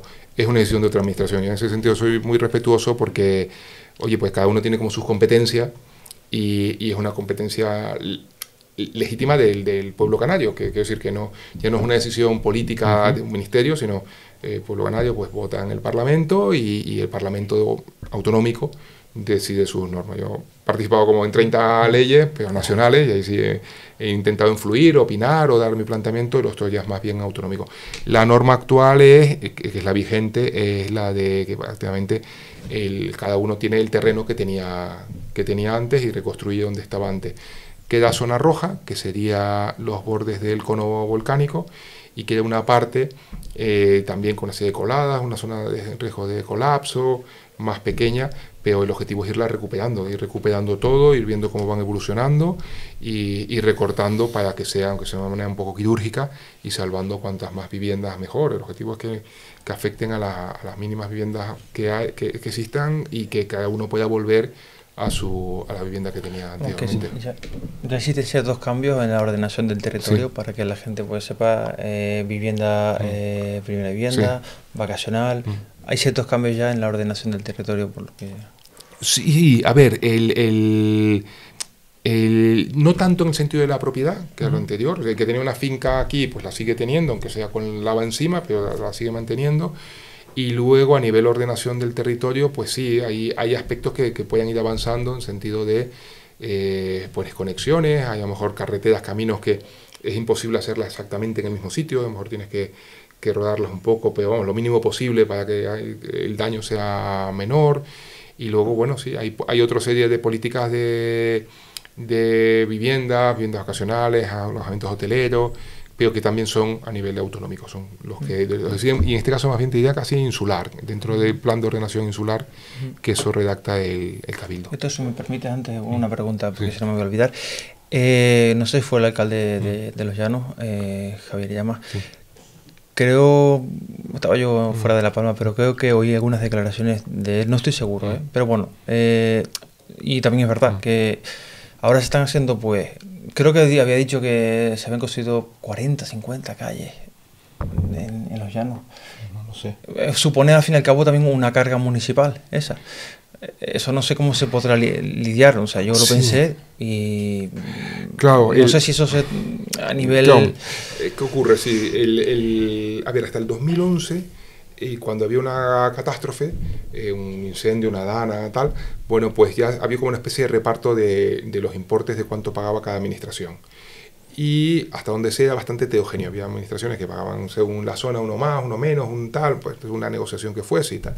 Entonces se regula en ese año los porcentajes. Bueno, el Estado saca una ley nacional y dice, mira, para evitar que aquí pongo más y luego dicen que he puesto más porque más amigos, más enemigos, no sé qué, a partir de ahora 50%, ¿no? Hasta el 50% como máximo, 50%. Y lo otro se reparte. El otro no está regulado, pero tácitamente empieza a aplicarse 25% comunidad autónoma y 25% entidades locales, que son diputaciones, vendría a ser como el Cabildo, y ayuntamiento. Y esa es la norma que se ha ido aplicando y que es hasta la fecha. ¿Qué ocurre? Que es cierto que, claro, el Estado pagar un 50% pues tiene riñón financiero para abonarlo, un gobierno autonómico pues un 25% pues tiene riñón financiero, aunque ahora todavía no lo ha abonado, pero bueno, cuando lo abone, quiero decir, tendrá recursos, pero es verdad que un ayuntamiento que ya os digo, con presupuestos de 6 millones, 7 millones, con caso de tasa corte, el Paso, Los Llanos es más grande, a lo mejor puede tener 20, 25, pero es muchísimo dinero, ¿no? Es más dinero que casi que todo el presupuesto que tienen. Bueno, pues sea algo que tengamos que regularlo, ¿no? Ver cómo hacerlo, porque claro, es una norma pensada para otro entorno y ahora va cambiando. Es verdad que es ayuntamiento y cabildo, también los cabildos tienen más riñón financiero, pero también está afrontando muchísimas infraestructuras. ¿Qué se está haciendo por el momento? Abrir el camino. Por así resumirlo, pues abro el camino, pues la pala, tal, que pase más o menos un coche normal, no tiene que ser un jeep, que pase un coche, que haya comunicación. Y eso con el 50% lo tenemos. ¿Dónde iría el otro 50%? Ya cuando lo termino, lo asfalto, le pongo la acera, etc. Pero esa parte ahora mismo no hace falta. Es más, si se hiciese, sería un error, porque ahora es todo camiones. Claro, porque tú abres el camino para llegar a una finca, pero durante un tiempo esa finca va a ser todo camiones, quitando piedras y llevando tierra para sorribar. Entonces, ¿para qué vamos a faltar si total lo va a destrozar? Se va a destrozar. Entonces, en otras maneras, bueno, con el 50% del Estado abrimos todo y ya más adelante, cuando ya llegue el momento de decir, oye, que ya las fincas están terminadas, que ya no solo van a pasar coches, venga, entonces ahí habrá que pensar, venga, pues cómo hacemos el resto, sobre todo por las entidades locales, cómo solventar la cuestión de la financiación. Pues y claro, en el caso de Los Llanos es el ayuntamiento, pues obviamente más afectado más por el volcán, entonces que tiene más caminos, más carreteras. Que tenía cierta preocupación el alcalde, entonces me acordé y sí, no, pues yo se lo decía a Javier, ahora lo importante es vamos abriendo, vamos llegando, que el afectado pueda llegar a su finca, que pueda ponerla en explotación, que pueda llegar a su vivienda, y vamos abriendo, vamos sacándolas, porque si no se va parando y luego no sigue reconstruyendo el resto. Venga, vamos a abrirlo y vamos viendo, y en paralelo, oye, cuando paga el gobierno de Canarias tienes un 75%, con lo que ya prácticamente tienes el camino, ese último 25%, resumiéndolo mucho, vendría a ser eso, el asfaltado. Dice, bueno, pues ya veremos a ver cómo hacemos el asfaltado. Pero bueno, es lo de las decisiones, que a veces tienes que tomar decisiones rápidas, como te pongas a decir, uy, pues espérate, a ver qué hacemos, tal, y eso, y esto jurídicamente está perfecto, pues adelante, y económicamente yo creo que es la mejor opción, ¿no? De hecho, da gusto, yo soy agricultor y reconstruimos la finca. Y tú llegar a esa zona y ver lo que era lava, solo lava, ya ver que ya hay fincas que en 2-3 meses están en producción, o sea, están cortando piña, Da gusto. Es precioso. Ahí de Galeno, que fue el primero ahí cerca de por la playa Nueva, el Charcón, espectacular. A mí me pareció emocionante, la verdad. Y le apagó él y tiró él para adelante, o sea, chapó, de verdad. Hay gente que son superhéroes, vamos. De la pista hacia el mar está prácticamente todo reconstruido. Que me acordé ahora por el tema de la pista. Desabrió la pista suficientemente bien para que pase un coche. Sí. Y ya está. Es que de momento tampoco hace falta más. A ver, la pista lo que hay que hacer es... había un expediente de sanción, de eliminación, de quitar la tubería. Tiene una sanción... la de... Háblate de la pista la de la Soya. No, yo hablaba de la pista de San Isidro. Vale, sí, exacto. Sí, la Fajana viene después, si nos da tiempo. Vale. La Fajana... Bueno, no sé en qué quedó. Había por lo visto una sanción de costa. A Fajana lo que tienen es un margen de tiempo, tampoco puede ser muy largo, porque fue en Consejo de Ministros en abril, si no me equivoco, en donde deben hacer, lo tiene que mandar la Dirección General de Costas de Canarias, pero ese de Gobierno de Canarias, pero toda la información, la mayor parte de la información la tiene Cabildo. Lo está trabajando, me consta porque yo soy miembro del PayPal y todos los martes tenemos reunión, hay un punto que es infraestructura y además que lo lleva Alberto, una prueba muy buena, y entonces va a presentar ese plan a Costas de España. Previamente va trabajando para no se manda a Costas a ciegas, sino para ver un poco, oye, va por aquí, ¿te parece? Cambiamos, no sé qué, y se manda a Costas. Cuando llega a Costas, yo ya en mi opinión, pero la mía no es relevante, la importante es la de la Directora General de Costas, que depende del Ministerio de Transición Ecológica. Y entonces, en ese plan, lo que se tiene que explicar es como un plan de actuación en los próximos años. Es decir, pues mira, vamos, ahora mismo no, pero el año que viene vamos a soterrarla, una vez que estén enfriadas las coladas, o vamos a conectarlos y si hacemos el túnel del Remo, pues a través del sur, o si hacemos tal, o sea, un plan que sigan los agricultores con riego. Ahora de repente apagamos, ¿no? Sería una catástrofe. Imagínate, llevando Ministerio de Defensa regantes en las lanchas de desembarco, pagando ayudas de autónomos, las desaladoras, todo el proyecto, o sea, eso ni se contempla, vamos. Vamos, eso, salvando, por supuesto, luego cumpliendo la legislación, que eso es otra obligación, por eso es un plan que cumpla legalmente de actuación y que luego cumpla a nivel medioambiental en el sentido de, pues eso, si ambientalmente, oye, se soterra, se camufla, se tapa, se hacen unos caminos para poner la fajana en producción, que lleguen a las playas y que puedas ir a hacer submarinismo, porque es una zona muy bonita, o sea, poniéndolo en valor esa parte. Lo bueno es que ahí la Dirección General de Costas es también dentro del Ministerio de Transición Ecológica, con los que son los mismos los que ven el tema medioambiental de los que ven costa. Se está haciendo ese informe y yo espero que de tanto que se está hablando las partes, se llegue a una situación buena que permita cumplir todos los objetivos, el legal, el mantener la agricultura y poner en valor la fajana. Una pregunta clave...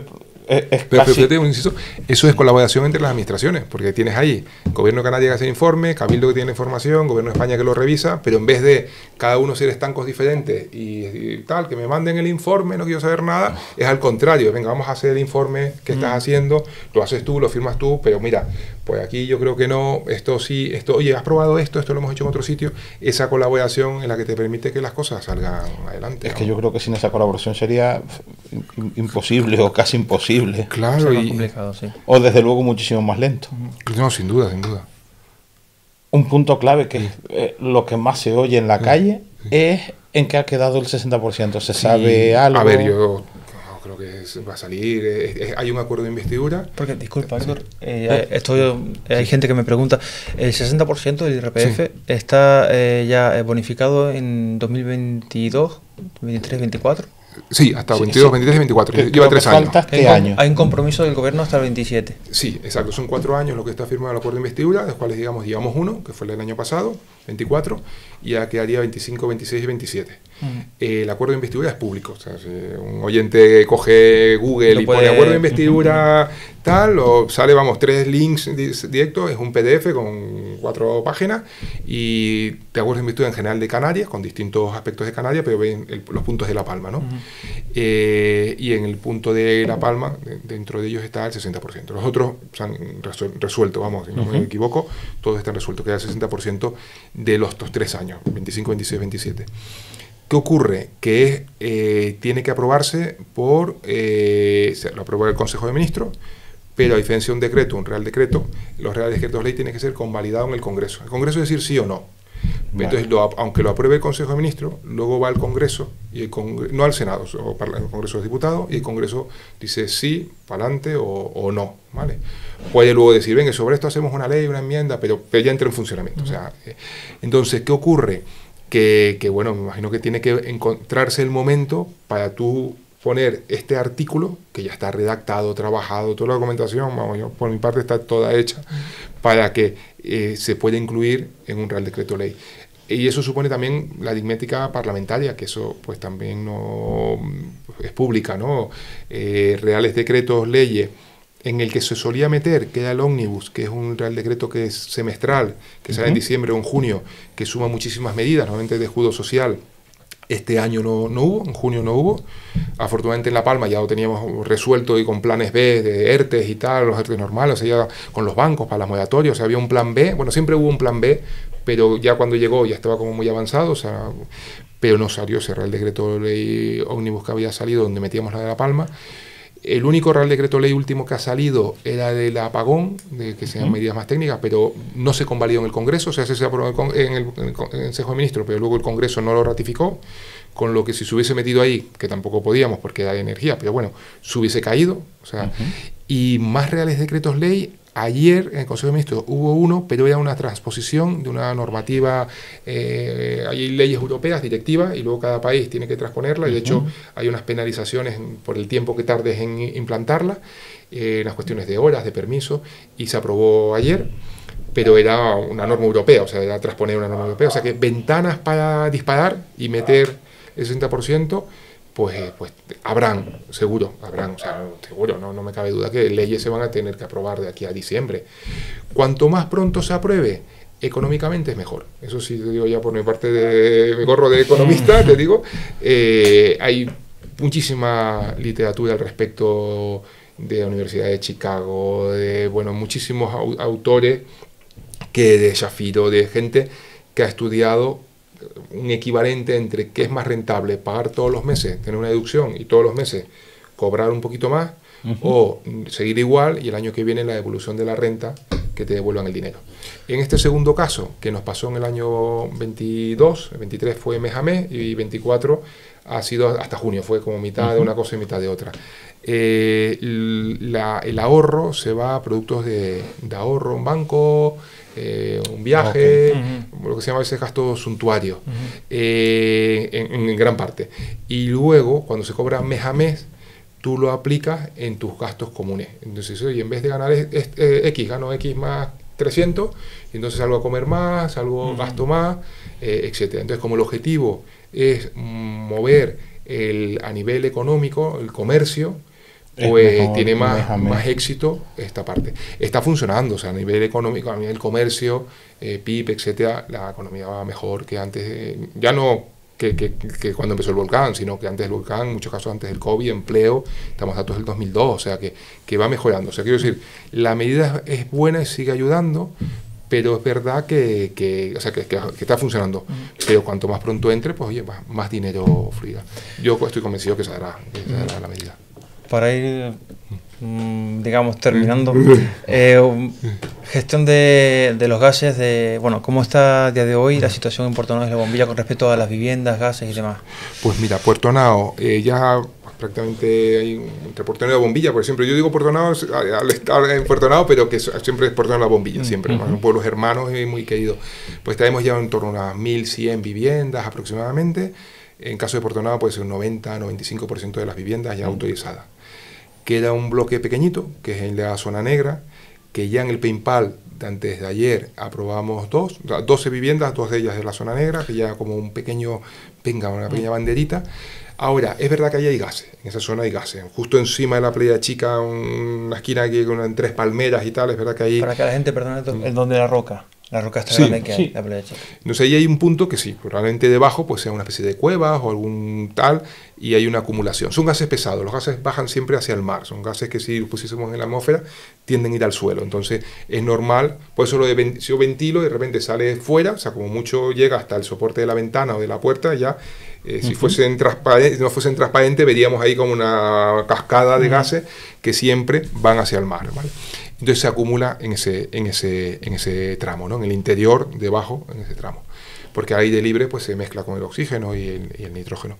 Entonces ahí vamos a hacer un experimento que ya hemos sacado el dinero, o sea, perdón, no el dinero, sino el concurso. Y entonces van a realizarse a final de septiembre, octubre, no en agosto, para no fastidiar un poco vecinos de ruido. Además, septiembre es un mes entre temporada alta, temporada baja, temporada media y alta en Portonao, o sea, ni turista extranjero ni nacional, de manera que es como un mes bueno para hacer la obra. Y es en un edificio, se llama el número 3 de la calle José Guzmán Pérez Pérez, que está casi pegadito a la zona negra. Son 255 metros cuadrados y ahí vamos a hacer un proyecto de descompresión de terreno. Básicamente es como parar el CO2 y empujarlo hacia unos pozos de captación. Y luego, si funciona, eso lo lleva IGN, que es del Ministerio de Transporte, Instituto de Ciencia de Construcción Eduardo Todoja, que es un centro del CSIC, Ministerio de Ciencia, y el I+D, y ayuda más como consultor, Ciuden, que es una empresa del Ministerio de Transición Ecológica. Estás cogiendo como los científicos del Estado, porque es verdad que la parte científica, igual que antes te decía, estas competencias autonómicas, toda la parte científica, industria, hacienda, es más del Estado, ¿no? Interior, defensa, son otras competencias.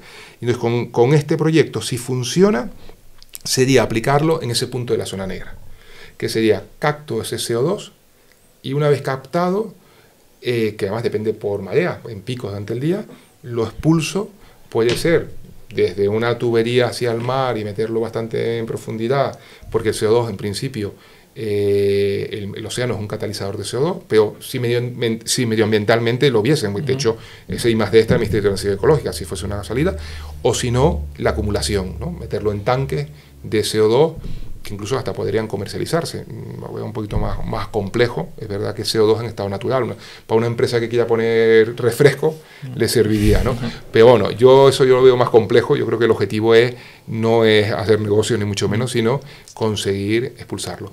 Si eso funcionase, pues entonces conseguiríamos desgasificar esa parte y salvar a estos afectados que ni han cobrado ayuda porque siguen teniendo su vivienda, pero tampoco han podido volver a su vivienda. Y aquí el objetivo es no dejar a ningún palmero atrás y buscar, debajo de las piedras los mejores científicos, como se ha hecho para conquistar el 95% de Portonao y aplicarlo en la bombilla, pues en este caso para llegar a ese 5%, y también ese conocimiento servirá para una parte de la bombilla que también vendría a ser como esa zona negra en Portonao.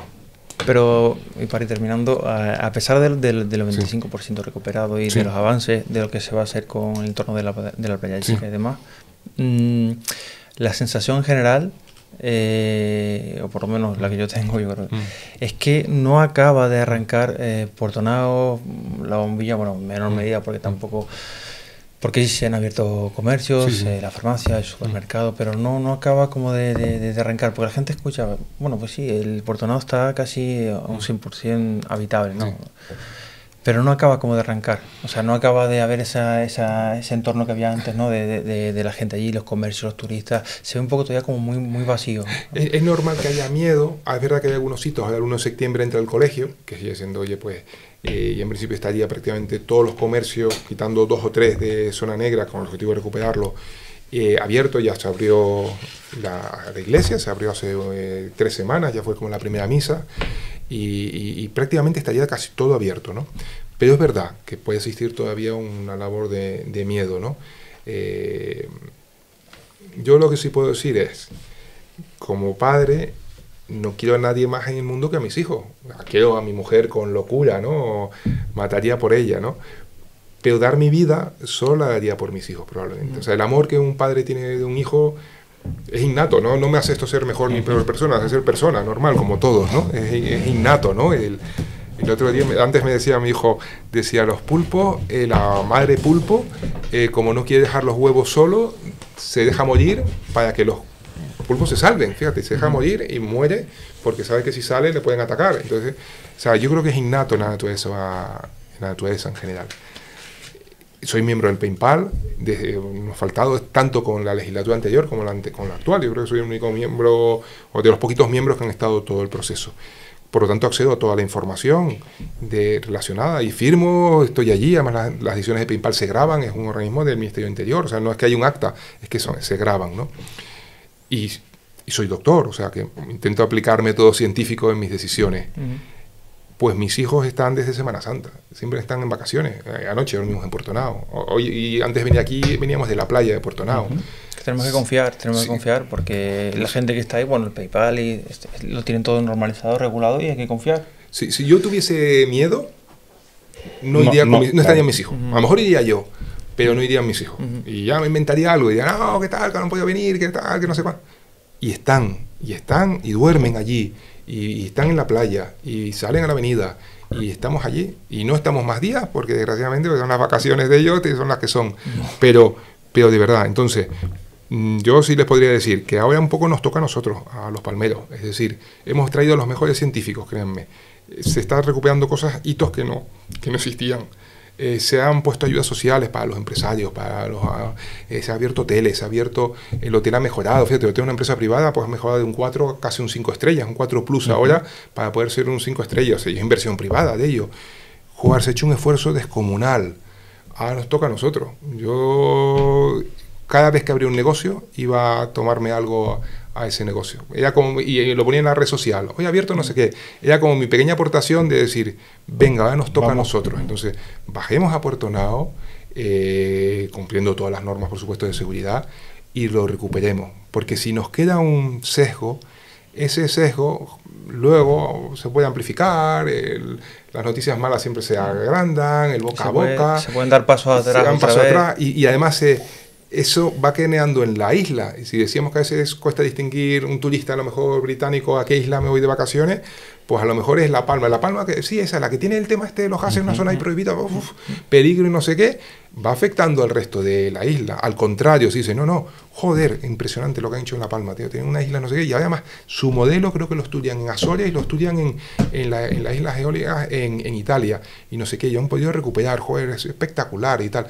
Joder, si los científicos sacan paper de lo que se ha hecho ahí, si hasta hay una cátedra de la Compañía de Jesús de ética social, el informe de este año sacan el caso de Puerto Nao y hacen un caso práctico de Puerto Nao y la bombilla.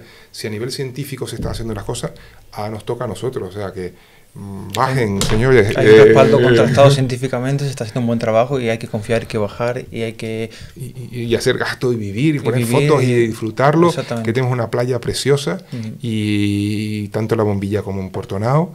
Y es un motor importante y ojalá algún día, porque está el dinero, saquemos el túnel del Remo a la Zamora, que pase, porque está hasta el proyecto hecho, que por favor siga, que no se nos quede ahí traspapelado, que siga, porque está el proyecto, dinero, invertido 1 millón de euros en el proyecto, 220 millones transferidos para el túnel, que salga y que se pueda conectar esa zona y tener una zona turística un poquito más potente, junto a la ciencia, que hemos tenido lo del TMT si sale, que la verdad es que tuvimos reuniones en Washington con la Cámara de Comercio, con el ICES, con todo, para empujarlo, que sea una isla de la ciencia, que sea una isla de renovables, energías renovables, que sea una isla recuperada, que le demos la vuelta al volcán, que el volcán no pueda con nosotros. Si no pudo con la generación de nuestros abuelos en San Juan, y está la soya fantástica, si no pudo con la generación que es impresionante, la soya, todo lo que trabajó, si no pudo con el Teneguía y ahora es un sitio turístico, esta generación no puede ser la que no consiga vencer al Tajo Gaite. Hay que luchar y seguir para adelante. ¿Tienes alguna pregunta más, Héctor? La última. Hablando del TMT, ¿sí? ¿Se sabe algo? Pues ¿Hay novedades? Yo soy muy optimista con la oferta. Yo creo que es una oferta ganadora. Ahora es verdad que el consorcio, donde está Estados Unidos, Japón, Canadá e India, tienen que decidir. Es verdad que La Palma era el plan B, que el plan A era Hawái.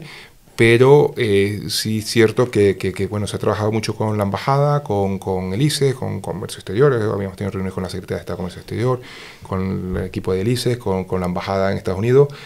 para detectar oportunidades, y es que estar preparado. Antes había un trabajo previo de licencias, de permiso de la comunidad científica, y bueno, aquí ha sido ver la ventana, con un poco lo de IRPF, buscar la ventana, y de repente una ventana, nos salen los presupuestos, partidas del TMT, ahora, ¿no? Ahora.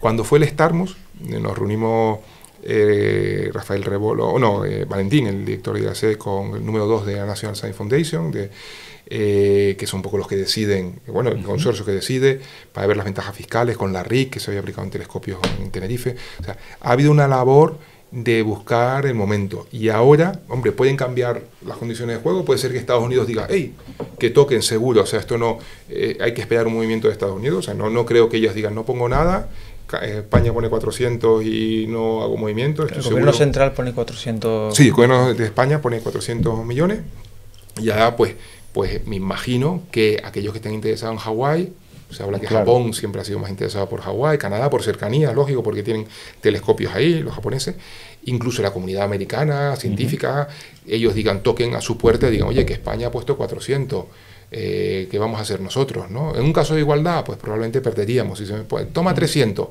pues bueno, pues desnivelamos, ¿no? Y pierden, aunque pongamos más, hay otros factores. Pero oye, 400 es una cantidad. En su momento, siendo Pedro Duque ministro de Ciencia, se había hecho una oferta de 250 millones. Se ha ido a Hawái. Pero también es verdad que había un apoyo a Hawái. Ahora es más, y sin ese apoyo, por el momento, en los presupuestos americanos, que están en unas fases de enmiendas, han pasado al Senado. Pero bueno, estamos ahí haciéndole seguimiento, y eso sería una gran inversión para la isla. Para La Palma. A ver si lo conseguimos. Bueno, yo antes de acabar el podcast de hoy, a mí me gustaría personalmente darte las gracias, porque bueno, yo soy afectado de volcán y estaba un poco perdido, no sabía dónde dirigirme, bueno, también estaba afuera, una serie de cosas, y un día me dio por escribirle a Héctor por el Facebook. Y yo pensando, bueno, pues, dado el cargo que tiene, mil cosas que tendrá en la cabeza, preocupaciones, bueno, es posible que no me conteste, ¿no? Porque con la sorpresa de que me contestó inmediatamente, prácticamente, y me ofreció rápidamente posibilidades, soluciones. Yo me quedé, digo, me resuelvan la papeleta o no, o sea, la alegría y de que me haya ayudado, de esa cercanía, de que me haya... Y encima me dijo, mira, te doy este contacto, me puedes llamar mañana a tal hora. Llamé al siguiente día a tal hora, me respondió, me ofreció más ayuda, y así hasta el día de hoy. Y yo eso te lo quiero agradecer públicamente. No, pues la verdad es un placer. Son